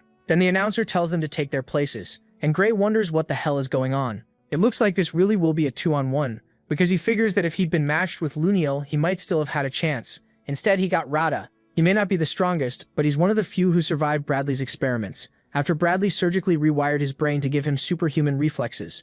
And since Gray's fighting style depends a lot on surprise attacks, he's in serious trouble. So Gray is warned not to push too hard if that reckless idiot is thinking about using his ability. Hearing that, the protagonist just says there's nothing to worry about. The first fight starts with the top 2 students, and the announcer explains that the arena is covered by protective magic to stop fatal injuries. In other words, they can fight like it's life or death, knowing the match will end before anyone is actually killed. So the moment the signal is given, Leonhardt instantly rushes Luniel at full speed, while Luniel sets up in a defensive stance, ready to take whatever comes. Still, he doesn't wait long to strike back. The second he gets an opening, he swings his sword, and Leonhardt narrowly slips past it. Right after that, he plants himself on the ground and throws a hard kick at Luniel's face, copying the move Gray used when they fought. The problem is, Luniel isn't stupid. He dodges it and admits Leonhardt is pretty strong, stronger than Luniel was in his own first year. Sadly, that just gives him the excuse to raise the pace. Now it's his turn, and he unloads a storm of attacks that are not only incredibly fast, but also force Leonhardt backward across the arena until he's literally trapped against the ropes, cornered with nowhere left to go. Luniel aims straight for his neck, and when the blade stops just inches from his skin, the alarm sounds to mark the end of the match. Naturally, the result surprises no one. Leonhardt steps back as the announcer says it's time for the second strongest fighters, Gray versus Rada. With that, the protagonist slowly walks to the center of the arena and tells himself he's faced opponents far stronger than this. On top of that, Ariel and the others are counting on him, so he can't fail. Then Rada drags his sword forward and tells Professor Bradley to be patient, because in just a few seconds, he'll send Gray straight to hell. That confirms Bradley isn't alive at all. This emo guy is actually insane. And the worst part is, he's insanely strong, which becomes obvious to the protagonist the moment their swords clash for the first time. The impact is brutal, throwing him back at once and leaving his arm shaking. In that instant, he realizes every warning about the madman's reflexes was true. His reactions are ridiculous, and paired with that powerful right arm, they start shutting down every plan the protagonist had for winning this fight. He's only been in the arena for a second, and the only thing he can think is that he needs to use his ability. But then he remembers what Ariel told him before the match. The chances of dying if he activates that power are extremely high. The competition matters, sure, but not enough to risk his life. And the arena's magic barrier wasn't made for his power, so if he loses control, he could kill his opponent. Back in the present, that's why Gray holds the line. He may gamble with his own life, but he's not desperate enough to kill an innocent person. What he doesn't know is that Rada doesn't feel the same. Tired of waiting for the protagonist to counter, he launches his own attack, a flurry of quick exact strikes that, oddly enough, are almost overshadowed by the strange muttering. He keeps repeating again and again. The good part is that on a technical level, his moves are actually very simple, and with Gray's overall stats, he should be able to end the match fast. So he starts wondering if Rada is planning something weird, which is confirmed when he looks up and sees a pair of crazed eyes full of bloodlust.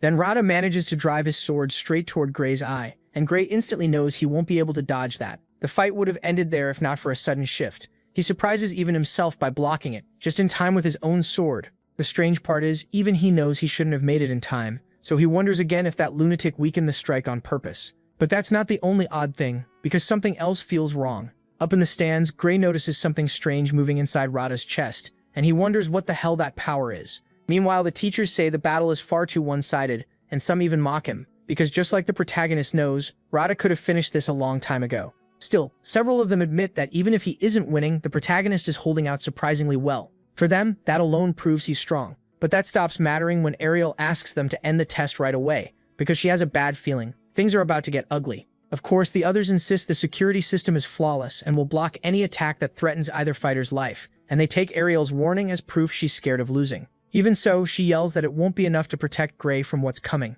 But by then it's already too late, because in just seconds, that strange energy building up inside Rada's chest erupts so hard that one swing of his sword tears through the arena floor and even the so-called barrier. It nearly hits Bruta too, and now she's finally ready to listen to Ariel. The woman realizes something wild, dangerous, and dark must have been planted inside the boy. Sadly, when she tries to use her power to step in, she gets pushed back by that same barrier, which means that if they want to save the protagonist, they'll have to turn it off. The problem is that takes time, so Ariel shouts for Gray to run and buy them some. Not a bad idea, except Gray knows that if he turns his back on that thing, he'll die instantly. Because of that, the one thing he still has is a chance to pull this off. Without wasting a second, the man gives him advice. He has to think of his own body as if it were the sword. It's a pretty abstract idea, and at first it confuses him, but once he starts picturing himself as the blade, that's when it clicks, because another one of Rada's powerful attacks comes at him. Only this time, he dodges it, instantly appearing behind his enemy. Not only that, he's moving so fast that for a moment he actually wonders if the madman got slower,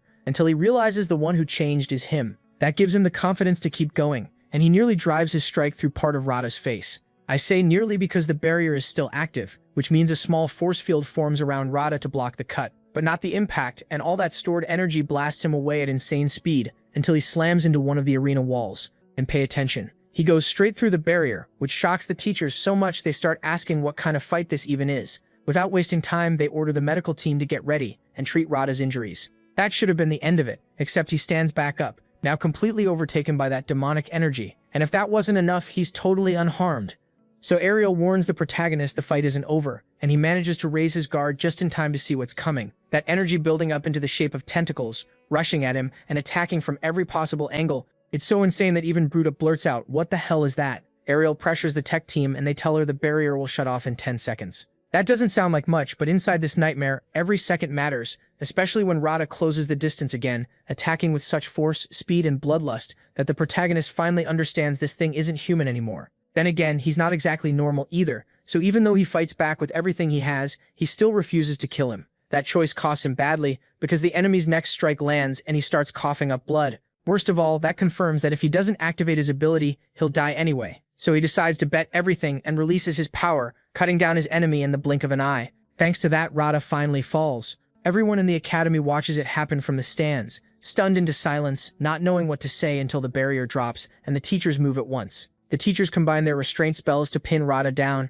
At the same time, Gray forces himself to gather what little strength he has left and tries to stand. But Ariel's warning was right. His body gives out and he crashes to the ground, torn up. The redhead rushes to hold his wounds together with healing magic, and the others waste no time joining in. They all help stabilize him, and then Gray blacks out. He stays unconscious for about 10 seconds. Then in the next moment, he gets back up like nothing happened. His wounds are already closed. He feels fine, and nothing hurts. To make sure, Ariel checks him with her special sight. What she finds shocks her. Somehow his soul doesn't have a single new scratch, even after using that power. As for his body, the healing magic took care of it, but Hector is the only one who isn't that surprised. He explains that what they did was lessen the backlash. His training was all about hardening Gray's mind and body, so that when he used such a destructive power, he could endure it. Even so, Ariel is upset that he put her student in danger, and the two argue for a bit while Gray can only think that at least that hellish training paid off. As for Rada, they rush him out of the arena so his injuries can be treated. Ariel of course can't resist asking who officially won.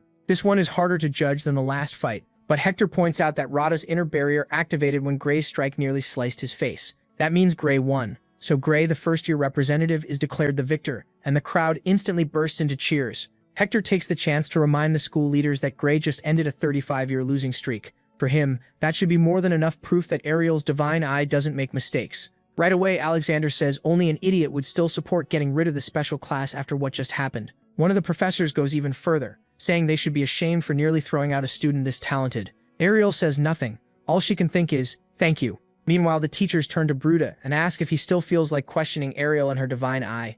Of course, he and the people who backed him up turn out to be total cowards. They literally run off with their tails between their legs. That makes it pretty clear the whole matter is officially over. One man even comments that people used to say it was foolish to pick a fight with the divine eye, and clearly everyone forgot that. There's still a long road ahead, but what happened today has changed everything. And that comment about Ariel's past, about how she used to be respected far more than she is now, fills Gray with questions. He starts wondering what happened to make things end up like this. Either way, his thoughts are cut off when the headmaster walks over and in a serious tone says they need to talk. What Rada did was only possible because of a strange power lodged inside his body, and the Academy will investigate it and make sure whoever is responsible pays. Still, they can't ignore that the Academy failed to detect the problem that nearly got Gray killed, so the headmaster apologizes. Gray tells him not to worry about it, so the headmaster moves on to the second issue. After Rada lost control, Gray also unleashed something no one there had ever seen. It wasn't magic, it was something far stranger, a kind of power that modern magic theory can't even begin to explain. That's exactly why he asks Gray to explain what that power really is.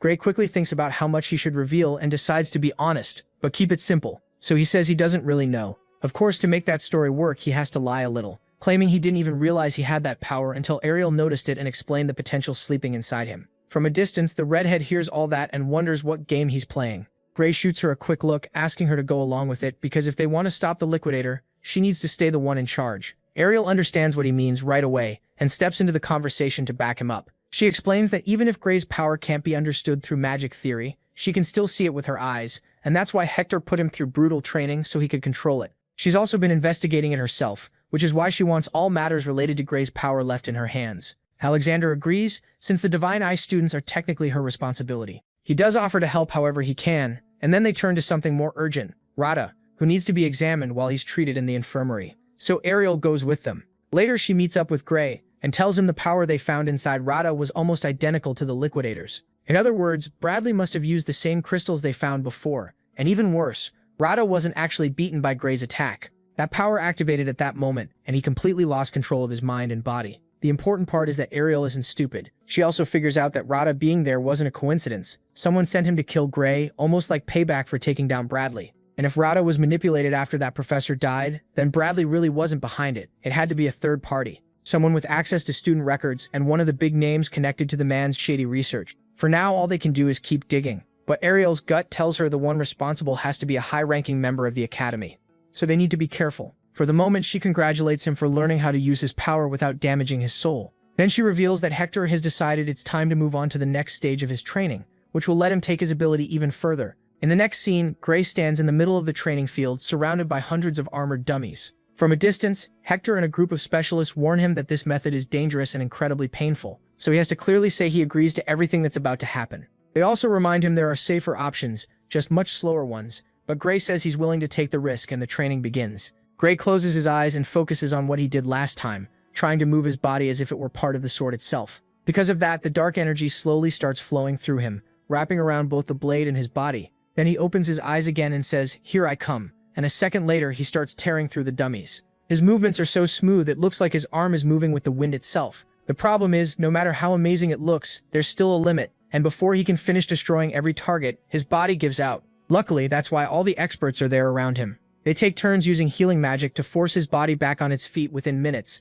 Gray thanks them and Hector praises him too. Every time he tries, he can hold that power a little longer. If this keeps up, one day he'll be able to fight full battles without his body breaking down afterward. Before, he was always so focused on surviving that he never really noticed it. But Gray finally says using that power makes every inch of him hurt. Hector insists that's actually a good sign. It's proof Gray is pushing past his limits. Still, he says that if Gray wants to stop or take things slower, he only has to ask. Gray refuses. He's ready to do it one more time. But right then, Ariel cuts in. She reminds them they can only use this brutal method once a day, because the nerves in his body need more time to recover, even after healing magic. If he pushes past that limit, he could lose the ability to properly use his sword. For the first time in a while, Hector agrees, and the three keep talking until one of the healers asks why Gray is so obsessed with getting stronger. Ariel answers that the people working with Bradley are now after his life, so he has to be ready for the worst. Everything that happened with Rada was only the beginning, and Bloodbrinker possibly being involved makes things even worse. Getting stronger is the only way he can survive. Once again, Ariel apologizes for dragging him into all this, but Gray tells her stopping the Liquidator's experiment was his own choice, so he's ready for whatever comes next. Luckily, Ariel says she knows a much simpler way that always helps swordsmen grow stronger: change the sword. Even if the Academy issued one is top class, it's obvious it won't be able to handle his power for long. In fact, with all the potential he still hasn't unlocked, she doubts there's any weapon strong enough, but they have to try, so she says she'll take him to her vault to choose one. Right away, Hector says she might be going a bit too far. Gray isn't ready yet. Ariel ignores him and suddenly a door opens out of nowhere. She insists he's earned this, and that's how they end up stepping through a portal that takes them straight into a massive treasure room. Every corner is packed with gold, jewels, and even strange potions. The place is so huge that even Ariel doesn't quite remember how to get to the sword section. But they finally make it, and she tells Gray their goal is to find a sword that perfectly matches his power. Hector says this is the biggest sword collection in the world, and there are so many blades that it's hard to know where to start. Ariel picks the safest plan: test one sword a day at full power, since his ability only gives them one real try daily. So first, they narrow the list down to the most promising ones. To start, Ariel shows him the sharpest sword there, a huge claymore. Gray gives it a try by swinging it through a giant wooden log. What shocks them is that he doesn't even need to use his ability or much strength to split it clean in half. The blow even cracks the floor. The sword is amazing, but it's too heavy for the way Gray usually fights. Hector points out that a sword means nothing if he can barely move it. Still, against huge, tough, slow enemies like divine beasts, it would be perfect, so Ariel tells him to keep it anyway. She'll even give him a magic storage bag so he can carry it around without dragging it everywhere. At first, Gray refuses. He doesn't think he deserves to be handed a sword like that for free, but Ariel pushes back. Better he uses it than let it sit there collecting dust. Besides, they have no idea what kind of enemies he'll face now that Bradley's mastermind has noticed him. If he were truly sure he'd never use it, she wouldn't insist. But if there's even a small chance he might need it, then he has to take it. That makes Gray think back to everything he went through in the war, how nothing ever felt like enough. That's why he finally accepts it, and thanks her. Hector then warns him not to show it off unless he has to, because its market value is 10,000 gold coins. Gray nearly has a heart attack and tries to hand it back, but Ariel refuses to take returns. In fact, she's not lending it to him. She's giving it to him because she wants him to fight without holding back. She tells him to forget the money, and if that still bothers him, he can think of it as a reward for everything he's done for her. Gray tries to refuse again, but the redhead shuts him up, and this time the idiot thanks her properly. But that's only the beginning. Now they need something more normal, something he can use in regular fights against humans. As they search, Gray admits he never imagined her personal treasure room would be this incredible, and Hector says this is only the start. Her divine eye doesn't just show abilities, it also reveals the value of things and business chances no one else can see. In simple terms, that eye could make her as rich as she wants. Ariel tells them to stop chatting, and says that as the sword instructor, Hector should pick the next one, so he chooses the next blade. After looking around, Hector points to a simple sword so light that Gray can move with ridiculous speed. The problem is, it also feels too average, and something about it seems off. For a second, Gray wonders if he's just imagining it, but Hector notices it too, saying it just doesn't seem like the right fit. So they move on to the next one that caught his eye, a sword with bright blue details. It grabs Gray's attention right away. He's so impressed that the first thing he blurts out is asking what it is. But that's only the start. When he tries to lift it, he finds out it's light as a feather. Even stranger, he runs a finger along the blade and doesn't get cut because it has no edge at all. It was made to test new technology, not for real combat. That makes it dull but insanely durable. A mix that might actually be perfect for him. Why? Because with his ability, sharpness barely matters. What he needs is a sword that can survive his power no matter how strong he becomes. For now, other swords can still work, but sooner or later, they'll only hold him back. So Ariel thinks the key to pushing his potential even higher is getting used to fighting without depending on a blade's edge. That's why a sword like this could let him grow without limits, and she proves it by smashing a test block with all her strength. The sword can't cut through it, but the force still goes straight into the target and nearly destroys it anyway. Ariel still isn't fully sure it'll work, but she admits it's worth trying. She says he can check out any weapon he wants, even ones that aren't technically swords. For a moment, that really hooks Gray, because honestly, he could spend all day studying the weapons there. One emerald-colored blade quickly catches his eye, and he's about to grab it when something changes. His body stops on pure instinct, then starts walking toward another sword he hadn't noticed before. A long, slim blade that feels strangely familiar. Curious, he asks Ariel what she knows about it, and she explains that a former student left it there after graduating. It isn't famous, but it's very well made, and she's absolutely right, because when Gray tests it, he finds it easy to hold and it fits his hand perfectly. Then comes the best part. With his first swing, it slices through a test block like butter, matching his movements with a scary kind of flow. Even Hector and Ariel notice it. It's like he's trained with that sword since birth, like it was made just for him. Seeing the excitement on his face, Ariel adds it to the list of swords they'll test, since they still need to see whether it can handle his power. Gray couldn't agree more, but he feels bad about the idea of ruining someone else's sword. Once again, Ariel tells him that's the last thing he should worry about. Then everything changes when she reveals that the former owner's name was Medalum Norum, someone who's a nobody right now, but will one day become the greatest maker of magic swords in the world. A few days pass, and then they decide it's finally time to start testing the weapons. The plan is to push each one to its limit, so they can judge both power and durability, starting with the one with blue details. At first, it looks like it's going to respond perfectly, until Gray tries to activate his power, and suddenly it feels like something cuts off. What's even weirder is that it keeps happening again and again, no matter how hard he focuses. It's so strange that Ariel asks whether he feels any difference in his body, but since he feels fine, the only answer is that the sword itself is causing it. So they set it aside for now and move straight to the last blade he found, the supposedly ordinary sword that might actually be the perfect weapon.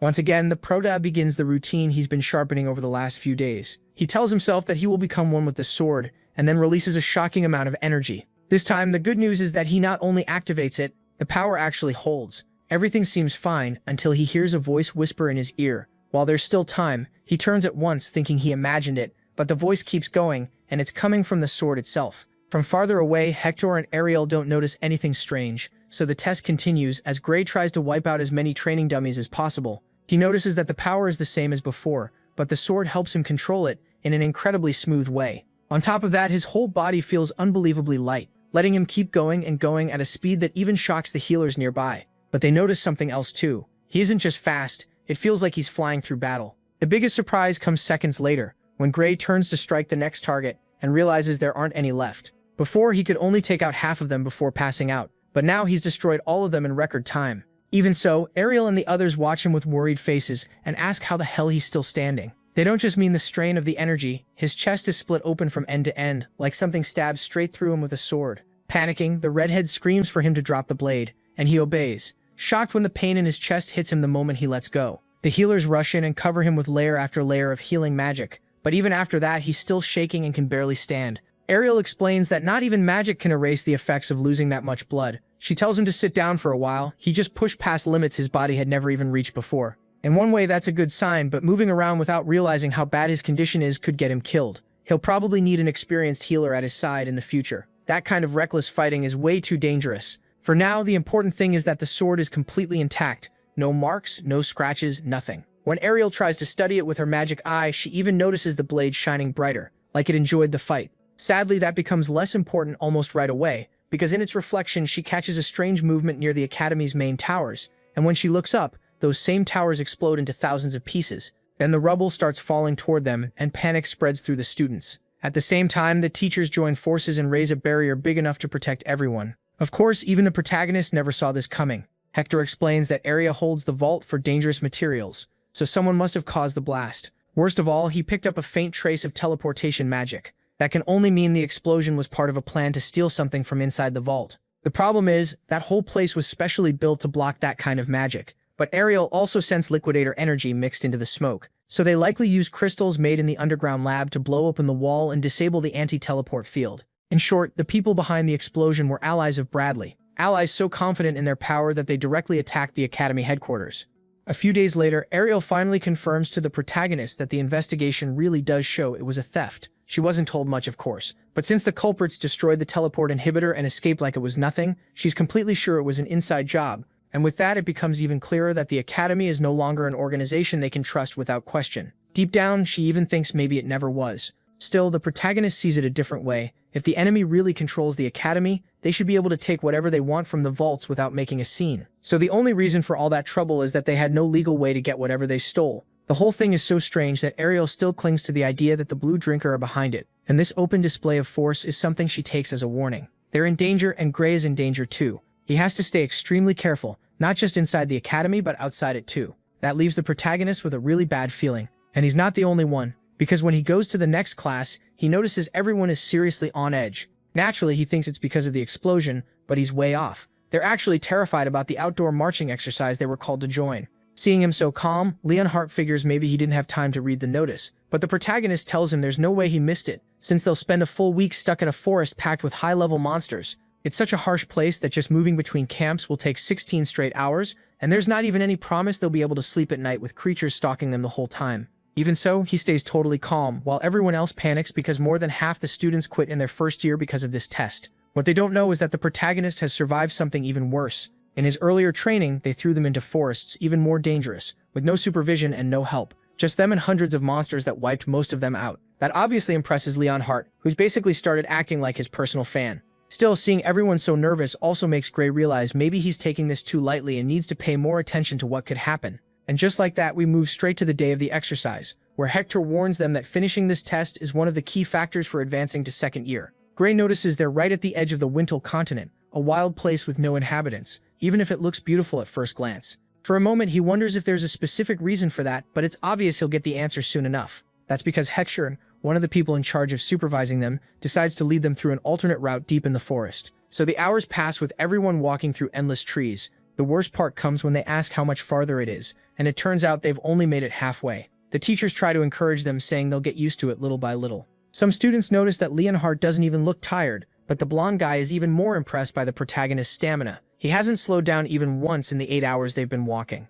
Still, the most shocking moment comes when a girl is about to get attacked by a giant spider. He wastes no time, and with one quick motion throws a dagger that kills it instantly. So it's not just that he can keep up the pace, he's fully focused on everything happening around him. There isn't a single opening in his stance, and that shows how prepared he is. As for Gray, he still thinks this is nothing compared to the hell he already survived. What worries him isn't the monsters, it's how exposed they are, and the fact that the Academy knows exactly where they are. Basically, it's the perfect setup for any infiltrator to attack. Eventually, the teachers tell them it's time to stop, not because they've reached their destination, but because from this point on they'll be doing a new training exercise involving food. Of course, nobody knows what that means, and the students look at each other in confusion before suddenly cheering. They've come to the best possible conclusion: it must be time for a feast. Gray isn't so sure though. If they were just going to feed them, they'd say it plainly. Calling it training means the exact opposite. His doubts are confirmed when one of the teachers explains that on trips like this, the students are the ones who cook. It's called training because it's part of the test, and basically they'll have to split into teams, take the needed tools, and prepare their own meal. The teacher immediately summons the supplies, and then the protagonist is named leader of Squad D, with 3 others, Basque, Rumia, and Venice. That makes him pretty nervous because he assumes the others still don't take him seriously, but it turns out to be the complete opposite. The 3 walk up to him kindly, and none of them even think of saying something stupid like they won't listen to someone who didn't take the regular exam. In fact, the protagonist is the one who asks if they're okay with him being the leader, and they say of course. After what he showed the other day, it's obvious he's one of the most capable first years. So they focus on the mission, while Gray thinks this is exactly what he's worked so hard for. Then things get weird when they open the box and realize the supply crate doesn't really have supplies at all. It comes with a pot, a lighter, and that's it. They think it's a mistake until the teacher explains that in a real battle, you usually won't have food or cooking tools, so they should be grateful they even got a pot. In other words, they're on their own this time. Leonhardt tries to point out that modern missions use magical storage with everything needed to survive, but the teacher says that only applies to missions planned ahead of time. In an emergency battle, or if the supply officer dies, they'll have to manage by themselves, because the other option is dying helplessly without being able to do anything. Besides, magic storage bags are extremely expensive, so this training isn't pointless, and today they'll do it the old-fashioned way. Leonhardt apologizes, and Gray starts to appreciate the magic bag Ariel gave him for the sword a little more. The point is, they have to head straight into the forest to find their own supplies. The good news is that it won't be too hard now, because until this point the teachers have been using a special spell to keep monsters away, but they drop it right now so the food will come straight to them. Of course, to eat them, they'll first have to beat them.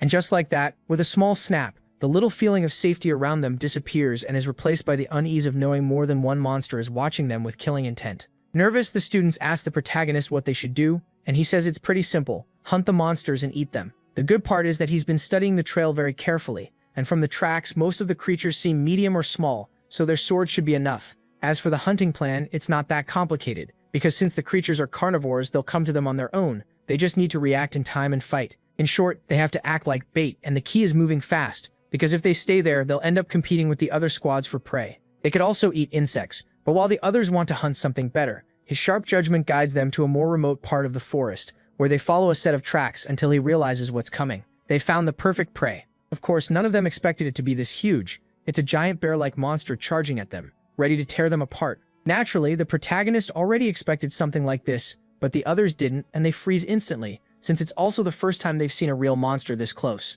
Worse yet, the creature is much faster than they expected. Even so, they still manage to dodge it just in time, and their bodies react almost instinctively to each attack. The pink-haired boy thinks this is exactly what he's trained for all this time, and after dodging another huge strike, it's his turn. He drives his sword into part of the monster's neck. Or at least that's how it seems, because right when he thinks he has it cornered, the bear swings one of its paws at him. He doesn't notice until it's only inches from his face, but luckily the protagonist reacts in time, and with one quick move tears the whole paw off. That triggers a wild, violent reaction from the creature, and with the protagonist fallen on his back beside it, the beast lashes out with an attack that would have been brutal if not for the fact that Gray already knew it would react like that. And in a matter of seconds, he cuts off its head. From a distance, all of this is seen by his teammates, who can't believe he pulled it off so easily. Then the protagonist quickly helps the pink-haired boy back up, and of course he thanks him for it. Gray warns them not to relax. Even a dying monster can still move after a fatal hit. So instead of focusing only on killing them, everyone needs to focus on staying alive. These aren't people, they're beasts that fight to the bitter end. After that, they dig into the bear meat, and it tastes way better than anyone expected. The protagonist explains that monster meat changes a lot by species. Some can be eaten, but others are straight up poisonous. So he says they should always check the local species list before a mission. Surprised, Rumia asks if he trained in survival skills, and Gray says he knows a few things, but he's no expert. Their talk keeps going until another squad shows up. They clearly had a much harder time finding prey, so they ask if they can have some food. After checking with the others, the protagonist agrees. The problem is, before they can hand over anything, the professor suddenly appears and warns them that sharing food between squads is forbidden, then takes the unlucky group away. Not long after, all the teams gather again to start another 16-hour march to the next destination. This time the exhaustion is obvious because unlike the protagonist team, the others barely had time to recover, and the professor announces they'll camp here. The good news is that now they'll finally get portable rations and personal tents to rest comfortably. The bad news, there will be a surprise attack drill during the night, so each squad has to come up with its own way to defend the camp. They can use any method they think works, and while some idiots instantly think about sleeping and using the other squads as an alarm system to know when the attack starts, the professor already planned for that and says every team will be placed in completely separate areas so nobody can take advantage or cheat. With that, they begin the second training exercise, and once again they set up their camp. Then they figure the safest plan would be to have 2 people on watch at once, but that would leave them with less time to sleep, so they settle on 1 person standing guard and rotating through the night. As for the order, it's a whole long thing, but the point is that the protagonist ends up second, while Bask, the pink-haired guy from before, takes third, and everything seems fine until they go to sleep, and Rumia starts the first shift, thinking it would be the easiest one. Then, to her surprise, right at that moment, a figure with a knife starts moving closer. The problem is she's already fighting sleep, so she notices nothing until the intruder steps on a twig, and the protagonist is the one who jolts awake with a bad feeling.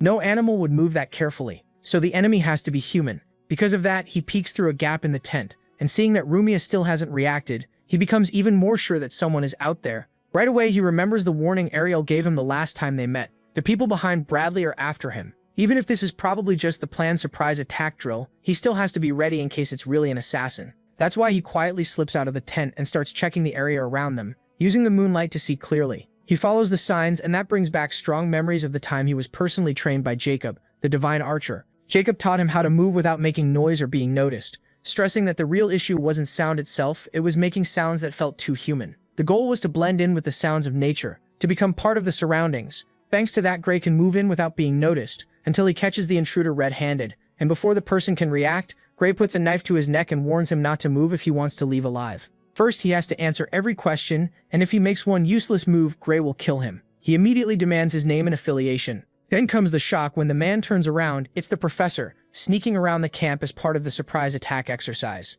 Of course, he never expected one of his own students to jump him like that, catch him completely off guard, and threaten him with such clear skill, control, and awareness in the open. Honestly, it makes sense. Still, the protagonist is so paranoid that he can't help wondering if this could still be an assassin pretending to be the professor, even though he admits that if someone really wanted him dead, they'd bring something stronger than a simple knife. So he takes a few seconds before finally backing off, but right then, Rumia interrupts them. She apparently came out to check the area, and she's shocked to find both of them together like that. They explain what happened, and the professor admits it's the first time he's seen first-year students this prepared. In fact, that he assumes they had 2 people watching at the same time. That catches the protagonist's attention, so he explains he only came out because he heard a sound and asks if it was the professor who stepped on a twig nearby. Luckily, it was. The professor never imagined they'd detect the attack from something that small. Gray just says he's a light sleeper, and that makes the man laugh because he's been watching him, and ever since he entered the academy, Gray hasn't stopped surprising him so much that he starts to wonder whether there's really anything left for him to teach. Then he decides that from now on, Gray will be banned from night watch training because if he handles everything himself,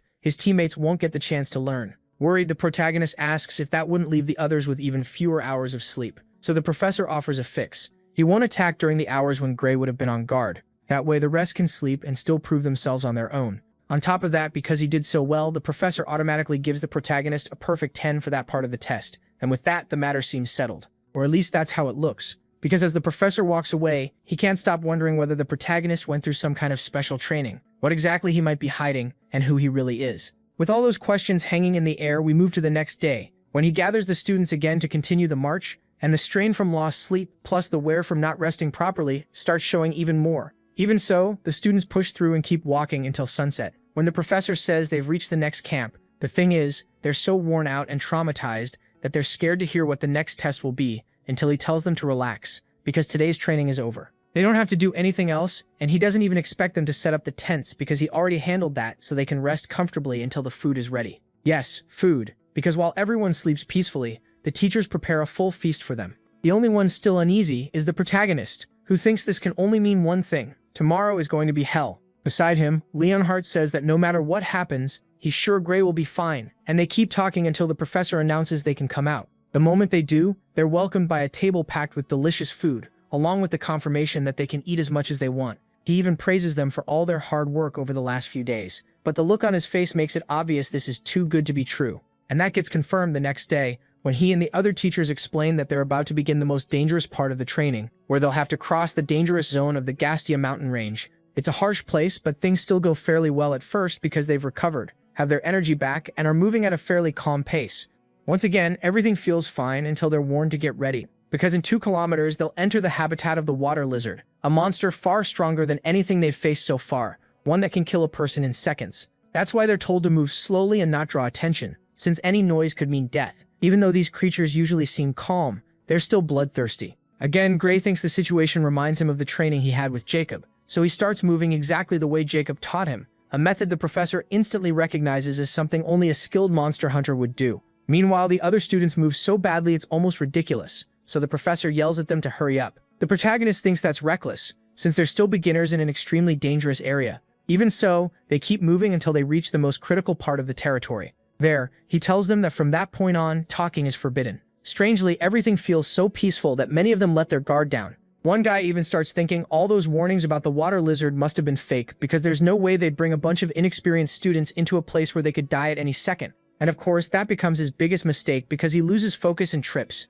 hitting the ground right away. For a moment, the idiot thinks that's all that'll happen. He'll lose a few points and keep going at the academy. But he couldn't be more wrong, because within seconds they find themselves completely surrounded by the creatures, and the next thing we get is a full rush straight at them, all hunger and bloodlust. One of them is about to rip that student apart with its claws when Hector steps in and stops it, driving his sword through its head. The strike is so strong it cracks the ground, but sadly that only marks the start of the nightmare, because the second he pulls out his sword, another beast leaps at them at full speed, forcing Leonhardt to jump in with a clean, confident strike that would have been enough to kill it if the monster's hide weren't so thick that it deflects the blade. Its scales block the blade like armor, and in the end the lizard comes out without a single scratch. By then, it's already right on top of them. That leaves the blonde at a huge disadvantage. Luckily, Hector steps in again and yells that this isn't something the students can fight. He orders them to fall back while he and the other teachers handle the monsters. It sounds fine, except even the teachers struggle to deal any deep damage, and the shocking part is that even though they can only land a few cuts, they still manage to bring them down.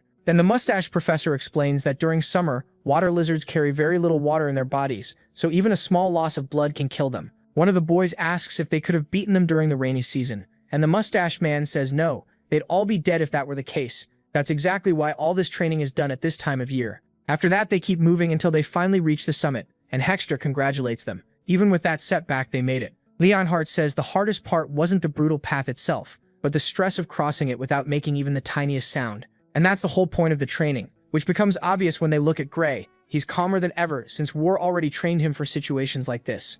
Even so, Hector says they're doing far better than past rookie classes. Before they move on, he asks if anyone has questions because once they keep going, they'll enter enemy territory again and won't be able to talk. The thing is, Gray doesn't have a question. He has a warning. In the distance, he spots a dark cloud rushing toward them, and with the wind blowing that way, it's easy to guess what's coming next. Of course, Hector takes it seriously and asks the mustached man if rain is even possible at this time of year. The man says it should be impossible, but now that Gray pointed it out, he can see the cloud too, which means trouble. With that in mind, Hector decides they need to turn back and cancel the training. The top priority is getting out of water lizard territory as fast as possible. But surprisingly, the mustached man disagrees. He insists the cloud is too small to panic over, so they should keep going. Hector argues that even one cloud at this time of year is already strange, but the mustached teacher, whose name is Wormill, is backed by the other professors. They point out that he's led this training for years, so they should trust his judgment. Wormill adds that if Hector is that worried, they can just move faster, telling the students to run like their lives depend on it.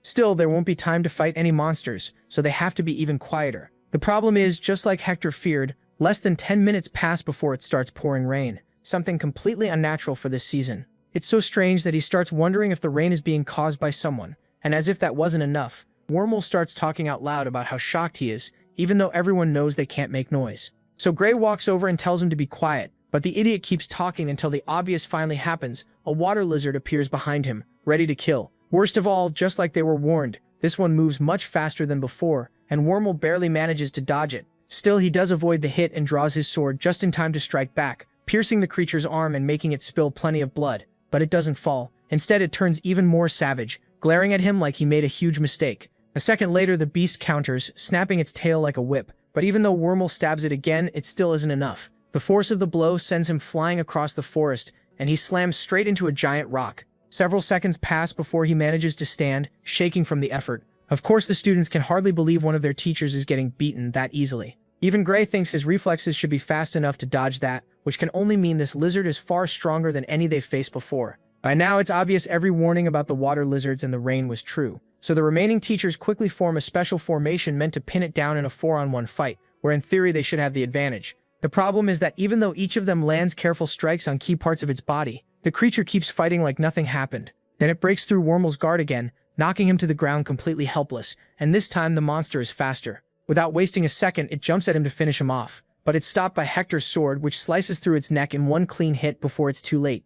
Things are so bad that even they seem surprised they actually managed to kill it. Hector warns that this is no time to relax because not even the teachers are strong enough to come out of this unharmed. The mustache man agrees and tells one of the female teachers to cast an emergency teleport spell so they can get out before it's too late. The problem is, she says she's been trying for a while, but for some reason it won't work. When the others try, they get the same result. It's clear something or someone is blocking their teleport magic on purpose, and combined with the fact that rain started when that should be impossible, it can only mean whoever is behind this is targeting them more, specifically this whole expedition.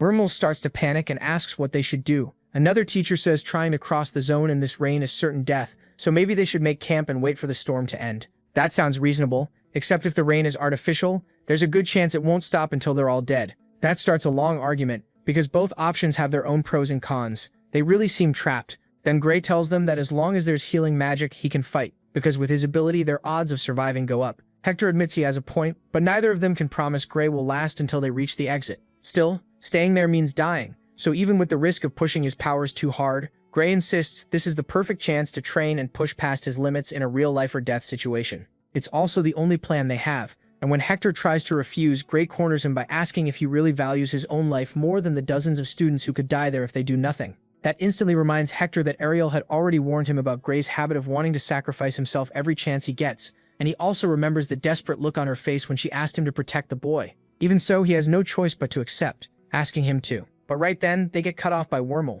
who insists it's insane to trust so many lives to a single student. Hector says they haven't seen everything Gray can do, and since they don't have many options, he suggests they take the risk together and trust in Gray's power. Some of them seem to consider it, but Wormel doesn't budge. As another option, he orders some of the teachers to use communication magic to send a rescue request to Academy headquarters, thinking it's safer to wait than try to escape with just one student. And even though communication is blocked too, the teacher he asked insists he managed to send the message. The problem is, instead of calming things down, Wormel accuses Hector of being reckless and willing to put the students in danger, and the tension only keeps rising. Hector fires back that the monsters could attack again before any reinforcements arrive. Even so, it seems like everyone is siding with Wormel, who ends the argument by saying they should stay put, so they fall silent and start waiting for a miracle. The problem is that with every passing second, the students grow more nervous, because for some reason the only one staying calm through all of this is Wormel himself. He doesn't even react when he hears movement in the forest, a sign the lizards have finally come for them. The good thing is, Hector doesn't waste a second and takes a battle stance, while telling Gray not to step in unless things get really bad. Without hesitation, Gray agrees, and then the teachers begin round 2 against another one of the creatures, which manages to wound one teacher before Hector and Wormel finish it with a joint strike straight to the chest. That small win makes them think they have things under control, but they're completely wrong. The noise of the fight draws in 2 more beasts, and Gray, Leonhardt, and some of the students quickly pull out their own swords. Hector stops them, saying not yet. The teachers still have plenty left, and the students should use this chance to see how an academy professor really fights. In seconds, everything changes, their eyes grow fiercer, and they switch back into that earlier formation to handle both enemies at once. Even Leonhardt is shocked to see they don't hesitate at all, but that doesn't change the fact that it's a brutal fight that forces them to focus on one enemy first before moving to the other. So Hector keeps one of the beasts busy, striking it again and again to open the perfect gap for Wormel to drive his sword straight into its heart. The students cheer right away, but one is still left, and worse, feeling cornered, it starts roaring with all its strength, and Leonhardt notices the teachers they've barely been hurt, so Leonhardt figures they might really hold out until backup arrives. But that hope falls apart fast. Right in the middle of the fight with the second monster, two figures appear behind Hector and the other teachers, clearly going in for a kill. They close the distance fast, but before they can strike, Gray jumps in and slices off both their arms in one move.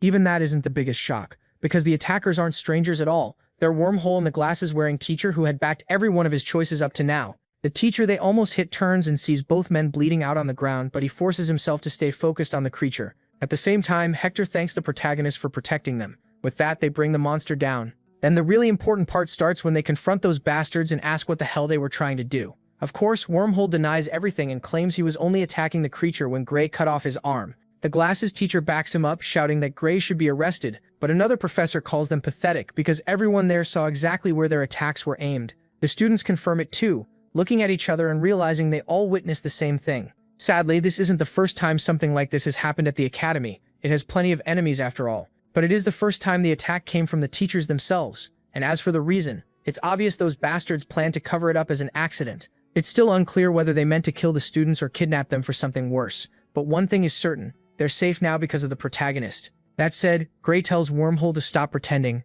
because both he and Hector have suspected him for a long time. That shocks the bastard so much he nearly admits it, asking if their plan leaked somehow. But the protagonist answers honestly, nothing leaked. They figured it out from the way he acted. Every plan Wormhole pushed left the students exposed, and at first Gray thought he was just incompetent. But the truth became obvious when the rain started, and his movements turned unnatural. He suddenly took hits he could have easily dodged, not because he was weak, but because he was putting on a show to blend in with the people who were actually fighting. The good news is the protagonist used his powers so briefly that he feels no pain at all. The bad news is Wormhole's plan still isn't over, because the bastard starts laughing like a madman, mocking them for not realizing the real danger is only just beginning. Even after exposing him, nothing has really changed. The rain spell is still active, monsters will keep coming, and backup will take too long, so they're all gonna die. Still, he says he can offer them a way out. He's willing to spare the students if Hector, Gray, and the other teacher named Rent give up their lives. To make the threat even clearer, a third accomplice shows up, ready to kill them. But the protagonist needs only a split second to get behind him and threaten to rip out his throat if he moves again. The problem is, even then, Wormhole doesn't look worried until the protagonist realizes the third accomplice is the group's teleportation magic expert. In other words, he's probably the one who blocked that magic in this area. And that means he could be the key to getting everyone out the right way. For the first time, Hector admits even he hadn't noticed that. After saying Gray is far too sharp to be just a student, he marches up to the man and nearly drives his sword into his eye, ordering him to send all the students and teachers to the base of the mountain right now. If he refuses, Hector says he'll take one eye, then move on to the rest of his body. Gray backs that up, pressuring him with his ability and warning him not to send them anywhere else or leave anyone behind. Now Wormhole finally starts to get scared, and even though he throws out his own threats to stop his allies from betraying him, it's too late because Hector steps toward the man so firmly that just before the sword can stab into his eye, the guy slams his hands to the ground and activates teleportation magic. And just like that, they don't just end up at the foot of the mountain. They're sent all the way back to the academy, the starting point of the expedition. The twist is that he teleports not only the students, but himself, the protagonist Wormhole and the teachers too. In other words, everyone returns exactly from where they were. The commotion draws the guards who are stunned to see the first-year swordsmanship class back so early. Hector quickly explains that they had to evacuate because of an attempted murder by the teaching staff, more specifically, Wormhole, and the two magic professors working with him. With unbelievable nerve, the man tries to deny it, but the students speak up right away and say it's true, and that they would have died if Gray and Professor Hector hadn't uncovered the plot and saved them. Since the matter is so serious, the guards focus first on everyone's safety and ask if anyone is injured. Everyone stays quiet, including Wormhole, who clearly knows this isn't the time to play innocent or waste time on treatment. The surprising part is that they don't just arrest him and the other bastards,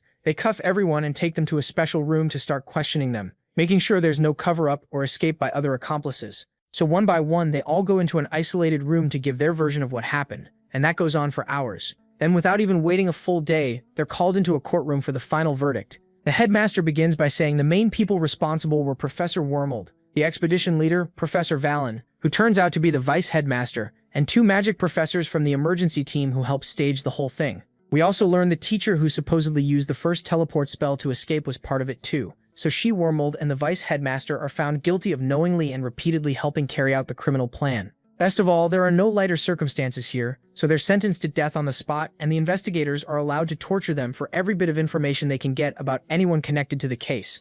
The message is obvious: they won't be allowed to die quickly, like the coward he is. Wormhole begs them to kill him, but please spare him from torture. The headmaster answers with total silence, leaving no room for mercy. so the bastard tries to run, only to be stopped brutally by one of the guards. In the end, the headmaster gives one simple order: take them away. The three are dragged off toward the torture area, leaving only the teleportation guy, who gave in at the end. He's still guilty, but they value the fact that he cooperated, so after the interrogation, he'll be allowed to live as part of the criminal battalion, a special army unit where convicts fight in wars to reduce their sentences. After that, Gray meets with Hector, who says he's sorry student life has been so full of trouble for him. The protagonist says he's already used to it. What really surprised him was learning there were so many criminals inside the academy, because he used to see it as some untouchable sanctuary. Hector says that's far from the truth. In fact, the academy gets criticized for barely screening people at all and caring only about strength. Gray admits he can't say for sure whether that's good or bad, but he does know the academy has helped him become stronger than he ever thought he could be.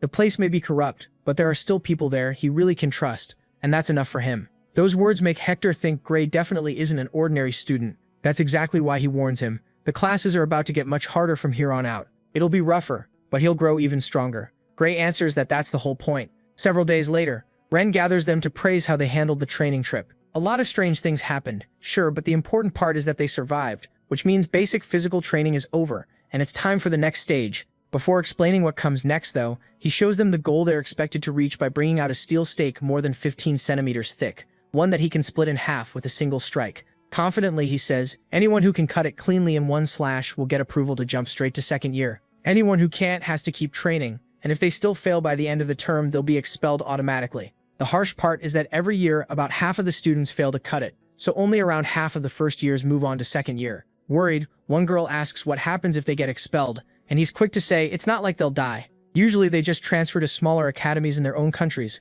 Most students expelled from the World Academy end up becoming top talent in smaller groups, and if they don't want to keep studying, they're still welcomed as royal guards or even bounty hunters in different guilds. In short, just making it this far already means they've become something special, already makes them superhuman, and Gray remembers what Ariel once told him, that the gap between this academy and everyone else is completely insane. Either way, instead of stressing over getting expelled, Ren tells them to try cutting the steel stake, which looks impossible for students at their level. And yeah, it really is, because the first student can't even leave a mark on it. Even worse, he hurts his hand and drops his sword.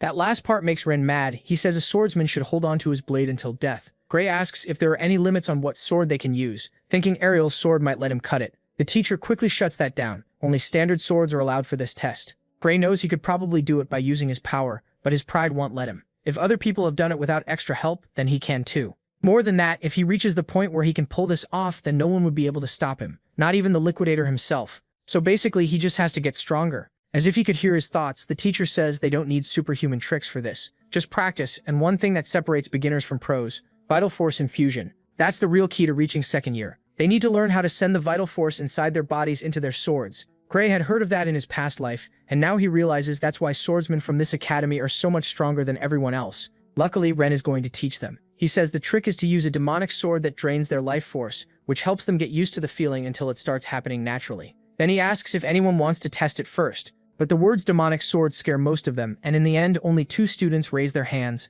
Gray, desperate to get stronger, and Leonhardt, who's still upset that he couldn't do anything against the water lizard, even though he was the strongest student. In the end, the teacher picks the blonde one. The moment he grabs it, he feels his strength being drained little by little. Since he's still a beginner, he shouldn't hold it long, so the teacher tells him to hurry, and to everyone's shock, he actually cuts the stake. He's not strong enough to slice all the way through, but he does manage to leave a very deep cut, and everyone is seriously impressed, until he suddenly drops to the ground. The others rush to help, but Ren tells them not to worry. Everyone goes through this at first, they just need rest to recover the energy the sword stole. He's actually impressed Leonhardt lasted that long with it in his hands. That's what he'd expect from the top student. After that, it's Gray's turn, and he steps forward without hesitation. Even after watching the blonde guy drop like a sack of potatoes, he makes one clean move, draws the sword, and immediately feels himself getting weaker by the second, so he rushes to land his strike. To everyone's surprise, he manages to cut through almost the entire stake. Of course, he still has a long way to go, so he puts the sword away before passing out. Ren is stunned, because it's the first time a student has stayed standing after doing that. Gray can only credit Hector's training, which basically pushes his body past its limit. Curious to see how far he can go, Ren asks him to try again. This time, though, he not only fails to leave a scratch, but also drops flat to the ground because his body is already at its limit. Ren uses that to explain that this is a secret technique taught only at the World Academy. Then he asks if they know why. Rumi quickly guesses it's because it's too dangerous, but the truth is no one has ever died from using that sword itself.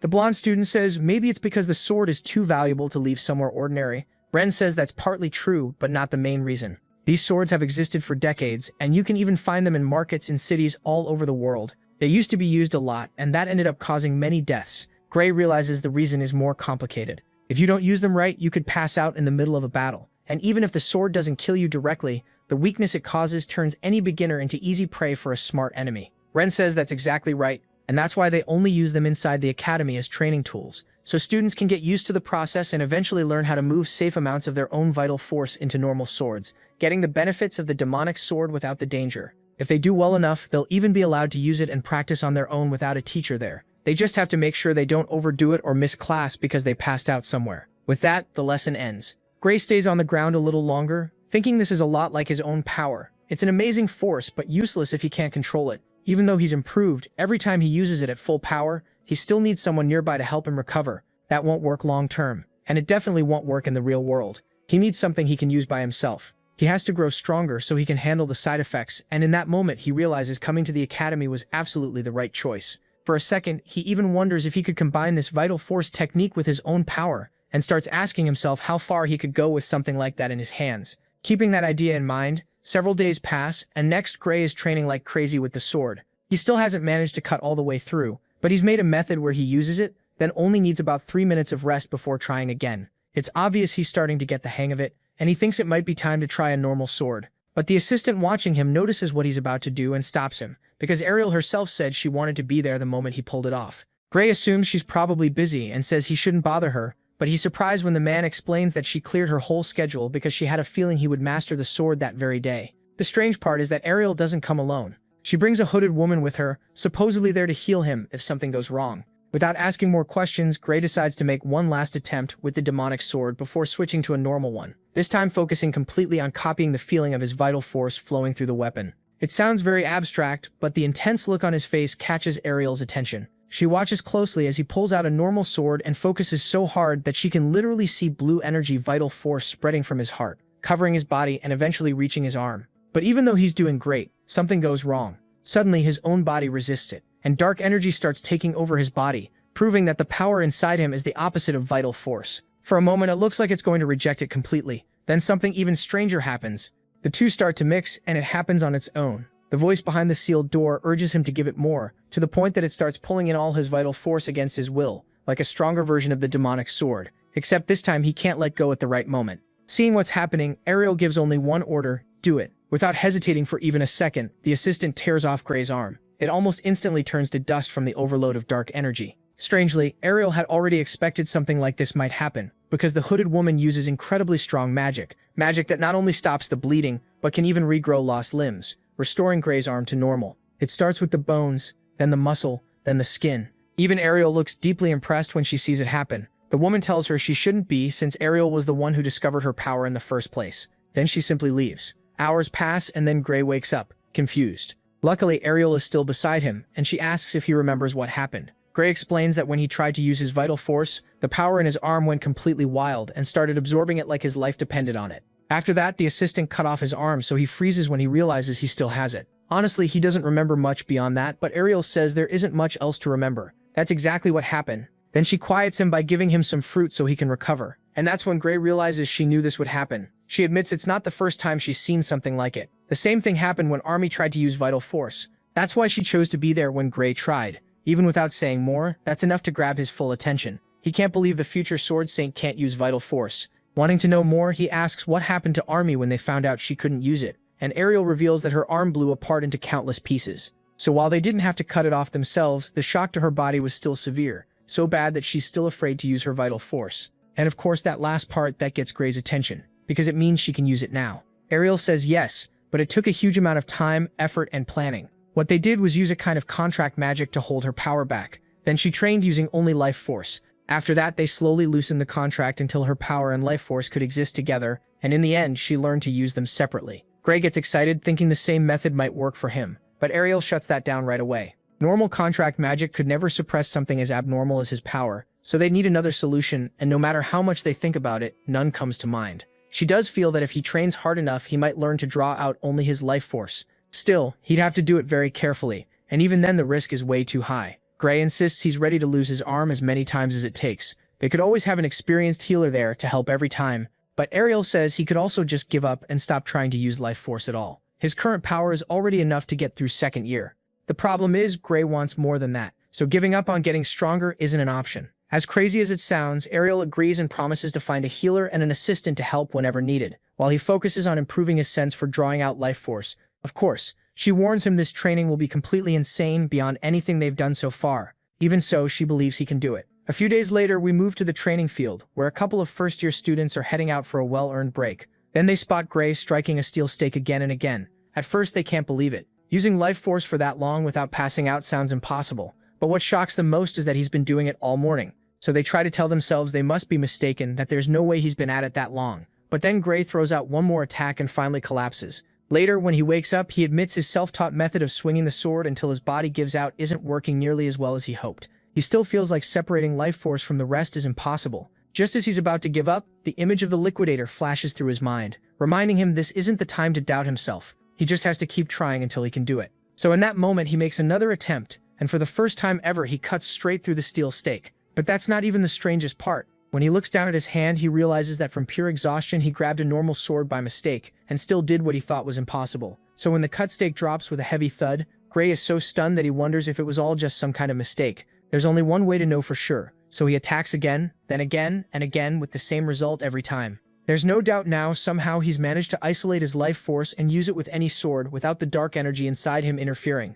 And the only thing he changed was stopping the focus on the feeling and just repeating the pattern until his body started doing it on reflex. Even then, he's still far from done. He needs to keep going until his body stops treating it like a special move and starts treating it as the natural way he uses a sword. And interestingly, those same students from before saw everything. They're not just impressed, they're confused, because his movements feel different from the professor's version, so we still don't know if that's a good thing or a bad thing. For now, though, we jump ahead to nighttime, where Gray uses dinner with the other students to recover his strength, and by now the rumor that he mastered the sword has spread to everyone. That's why the blonde guy can't hide his shock watching Gray eat like a beast. Recovering life force over and over burns an insane number of calories. The fact that he can eat that much proves his training has reached a ridiculous level, and naturally that gets everyone's attention, though not for the same reasons. Rumia is less excited about the training itself, and more excited by the idea of eating whatever she wants without gaining weight. The conversation gets cut off, though, when Professor Ariel sends word that Gray must come to her office immediately.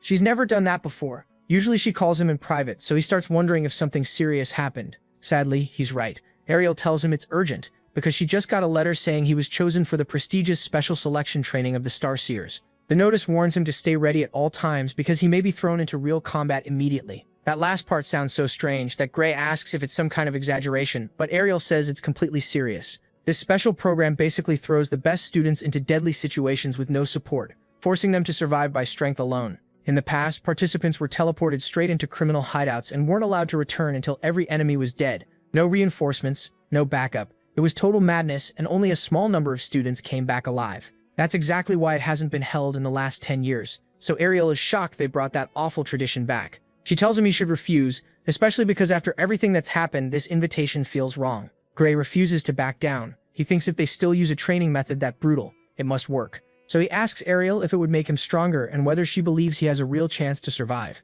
He says that if she's completely sure he'll die, then he won't go. But if she thinks he can make it out alive, he will. And Ariel admits that in her judgment, he'll probably survive. Still, that doesn't change the fact that many people have died in it. The way she says it makes Gray realize she's thinking of one case in particular. So he asks what happened. Ariel explains that 400 years ago, 2 special Divine Eye candidates were chosen for that same training. Like Gray, they were incredibly gifted and seemed to have bright futures, until they didn't. She knew them personally, which makes Gray quietly wonder how old she really is. Ariel goes on to say she let them go. Sure, they'd be fine, but the result was worse than anyone imagined. One died and his body was never found. The other came back alive but lost an arm that was never fully healed. For a swordsman, that usually means the end of the road. But he kept going and became one of the most famous warriors of his time. The problem is that Ariel has never stopped wondering how far he could have gone with both arms. That's why she makes it clear she won't let that happen to Gray. She won't allow his talent to be reduced, not even a little. Gray understands why she's afraid, but he can't help seeing it another way. What if that training is exactly what made that swordsman so strong? The thing is, Ariel already thought about that long ago. She only told him the story to talk him out of it, and her silence is so heavy that Gray can tell he's right. Even then, Ariel keeps trying and warns him that this training has killed countless students. Joining it, she says, is basically as risky as letting Bradley operate on him. The problem is, that only makes Gray think of how absurdly strong Bella became after the surgery in the other timeline. So if he has to take a small risk to reach that level, he'll do it. Of course, none of that matters if he dies, but before he can say he's made up his mind, they're interrupted by an assistant delivering a letter from Central Command, the top people who run the academy. They're so important that even Ariel, respected as she is, doesn't know most of their faces. To be honest, she's not even sure they're human. She asks Gray to stay while she reads it, and strangely enough, the letter is about him. It says they know she'll probably try to cancel his training, and want to make a few things clear first. Apparently there are two kinds of training. One raises people to a decent level of strength, and everyone survives. The other kills 8 out of every 10 students, but the 2 who live come back stronger than all 10 were before. Then in a cold tone, they ask which kind she wants for Gray. But it's only a formality, because they make it clear she has no power to refuse. The decision is already made. Gray will participate, and the interesting part is that the letter is signed with the name Professor Starseer, the same name as the training program itself. That means whoever is behind this probably brought the training back just so Gray would take part. What Ariel can't understand is how that person convinced Central Command to support something so insane, and why they're going this far for Gray. In the end, the only way to avoid the training would be for him to leave the academy. Of course, he's not going to quit. Even so, Ariel still thinks he could have a bright future if he trained on his own. That fear runs so deep that she's stunned when Gray keeps insisting he won't back down. In his mind, if a simple training course can kill him, then he was never going to last long in this world anyway. With nothing left to argue about, Ariel finally speaks more openly and admits that the ones who survive really do become major figures, who leave their mark on history. She hid that part because she still hoped to talk him out of it. But now the only thing she wants is for him to come back alive. And Gray answers right away that's the plan. After that, the students chosen for this special test are Gray and Leonhardt.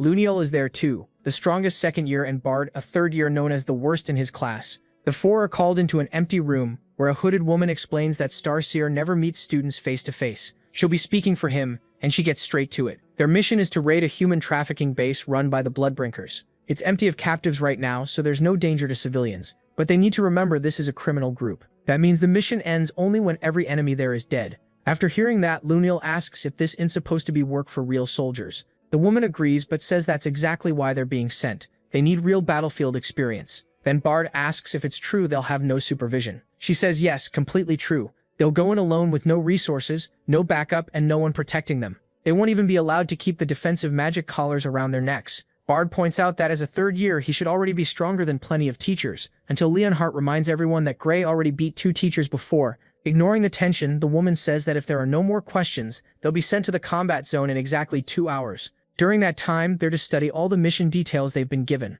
Bard notices their drop point is right in the middle of enemy territory. That's not just bad, it makes no sense, since a base like that should have an anti-teleport barrier stopping anyone from getting in. Gray asks how they're supposed to reach it, and the woman explains the base usually does have a barrier, but they manage to destroy part of it from far away, opening a gap that will last about 10 hours. That's why they have to wipe out the base before then. Still, there's a catch. Because of that attack, the enemy already knows they're coming. They're on full alert and fully ready for whatever comes next, making the mission far more dangerous than they first thought. Keeping that in mind, Bard says they need a strategy, and Luniel agrees, asking everyone to explain their abilities so they know what each person can do. But then Bard says that won't be necessary. He only has to look at them to know who's the strongest. In fact, he claims Luniel would need 2 copies of himself just to maybe beat him. As for Leonhardt and Gray, he says they're about on the same level. That kind of confidence leaves all 3 boys confused, because as far as they knew, he was the weakest third year. Like he can read their thoughts, Bard tells them to test him whenever they want. He doesn't need any safety rules, they can just attack. Now Luniel really gets mad, steps forward, and strikes from behind. To everyone's shock, Bard blocks it with one hand. Luniel is no weakling, yet Bard somehow makes him look like a beginner.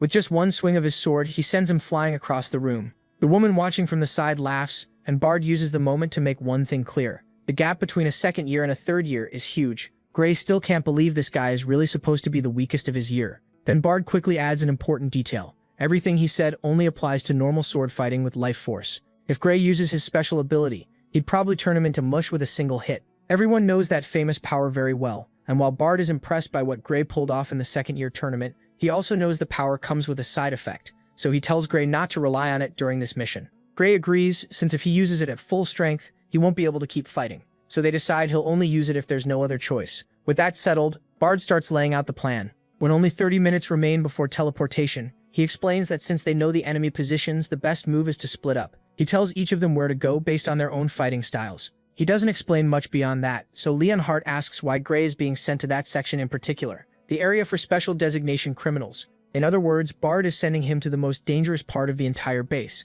packed with insanely powerful criminals, including some former academy students. Bard admits he's right. Gray is being sent straight into the lion's den, but there's a reason for that. If Bard's suspicion is correct, there's a criminal there that neither he, Leonhardt, nor Lunial can defeat. If they try, they'll die for sure. The only one with a real chance is Gray. That reminds Gray that people with monstrous strength exist in this world, the kind who can wipe out thousands of normal soldiers in seconds. Most of them become heroes who fight for humanity, but when that power is used for crime, you get special designation criminals, monsters a student would normally have no chance against. Bard explains that even the weakest criminal in that group is far stronger than any teacher who supervises first and second year students. That's exactly why they need Gray's power, someone with a trump card that gives them at least a shot if things go wrong. Leonhardt still disagrees and says that against someone so strong, they should use numbers. That does make sense, until Bard reminds him that against a monster like that, none of them would last even a second. They'd only get in the way and risk dying for nothing. When the power gap is that huge, numbers mean nothing. Humans fight humans, and monsters fight monsters. Leonhardt raises another good point. Even if Gray wins, he'll be in such bad shape that he'll need one of them there to help him. But what he hasn't taken into account is that if they stay grouped together, the enemy will surround them and kill them instantly. Their only way to survive is to split up and never stop moving. Lunial suggests going in pairs, but Bard shuts that down right away. He didn't ask for opinions. He says this isn't about being the strongest, it's about experience, and this is the only way to win. Gray thinks the plan has way too many holes, but with only 10 minutes left before the mission starts, there's no point arguing. The best thing he can do is keep everyone calm and go along with it. Seeing that Gray has no objections, Lunial finally accepts the plan. As for Leo, he still has doubts. Even so, Gray tells him there's no other choice. Instead, he asks Leo to sneak some healing potions from the medical area and keep them ready for emergencies, because he wants a way to stay on his feet if he ends up using his ability. Leo agrees, promising he'll get them to him even if it costs his life. Then the scene shifts, showing two men inside the villain's hideout mopping the floor while talking about the horrible things they did to the last slaves brought there. The worst part is that they don't talk about them like people at all.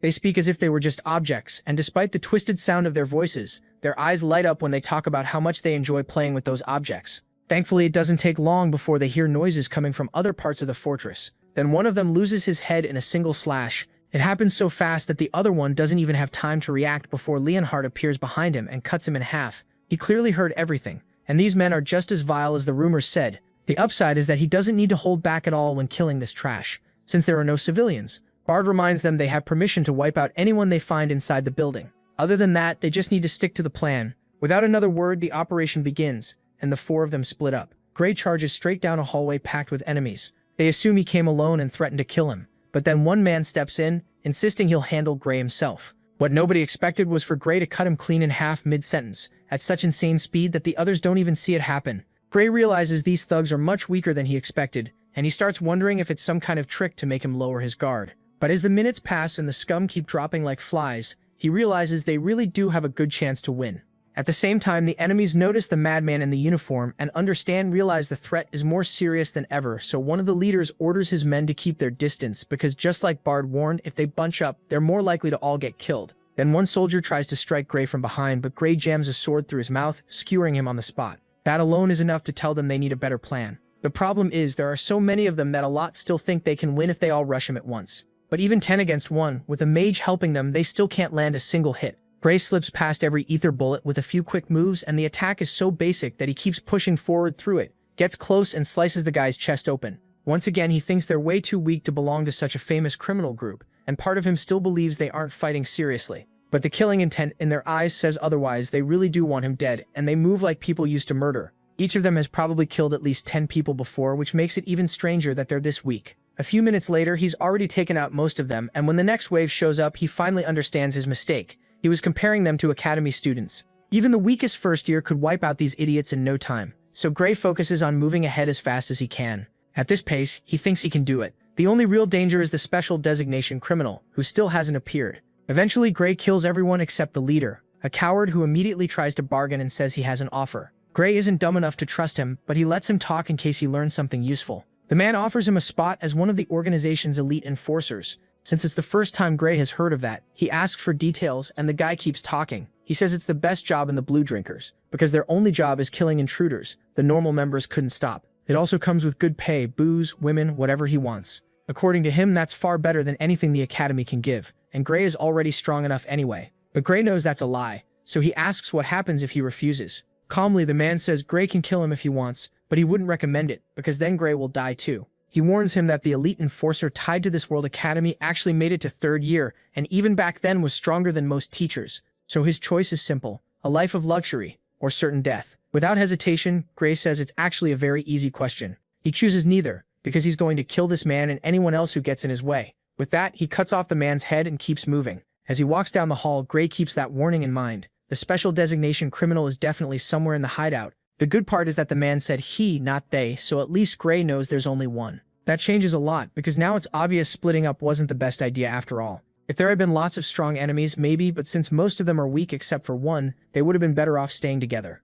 That's why he starts wondering if there's any way to regroup with the others. Then the scene cuts to Bard, who is questioning one of the criminals after cutting down everyone else in his area. He only wants one answer: the name of the special designation criminal in the hideout. The man says it's Meadow Bradley, the daughter of the teacher Gray killed some time ago. The criminal confirms there's no one else besides her, and once Bard has what he needs, he kills him immediately, thinking this is exactly what he expected. That's right, he already knew there was only one special criminal, and he split the team on purpose, not because it was the most efficient plan, but because the worst mistake in a group fight is dragging around dead weight. He separated them so each person would handle one section alone without worrying about helping a fallen teammate. Bard never wanted to risk his life protecting Gray or anyone else, and if one of them died, he saw it as acceptable collateral. So no, he isn't a traitor. He's just a selfish bastard who only cares about himself. And right now, the only thing he wants is for the special criminal to appear in Gray's area. Unfortunately for him, that plan blows up in his face, because at that exact moment, someone explodes the floor under him. He jumps back in time, and the one behind it is Midu, the exact person he wanted to avoid. Of course, she notices he doesn't seem very surprised to see her. That means everyone who knows she's here has to die. Bard quickly says he's already taken care of that. What he wants to know is why she's here, when all the map intel said she should be in the opposite sector. Midu tells him the maps were right, but they didn't account for the fact that she already expected a surprise attack, so she started moving around at random to ruin any enemy strategy, and the frustration on Bard's face proves it worked. She finds that hilarious. Bard does. Midu is a modified human created by Bradley himself, and she's said to be one of the strongest students in the magic course, so having him, the weakest student in the Grima class, face her feels like a cruel joke. Sadly, Midu can tell the same thing. He isn't that strong, so she decides to end the fight at once and fires a wave of pure dark energy that almost swallows him whole. That word almost matters, because Bard stays calm and swings his sword, sending out a wave of life force that cancels the spell as if it were magic. That shocks Manu, because she's never seen Grima at a level that works almost like real magic. Bard doesn't waste the opening and charges her, trying to close the distance, but Manu still has more tricks. She pulls out some kind of potion, spreads it across the ground, and a dark magenta fog fills the whole room. This time he can't cancel it with life force, and within seconds it wraps around him completely, then burns him alive. And just like that, Bard drops to the floor with his entire body burned. Meiru thinks it's a shame she had to waste such a valuable material, but at least she can use the body of the victim to make more. Season finale. Chapter 52.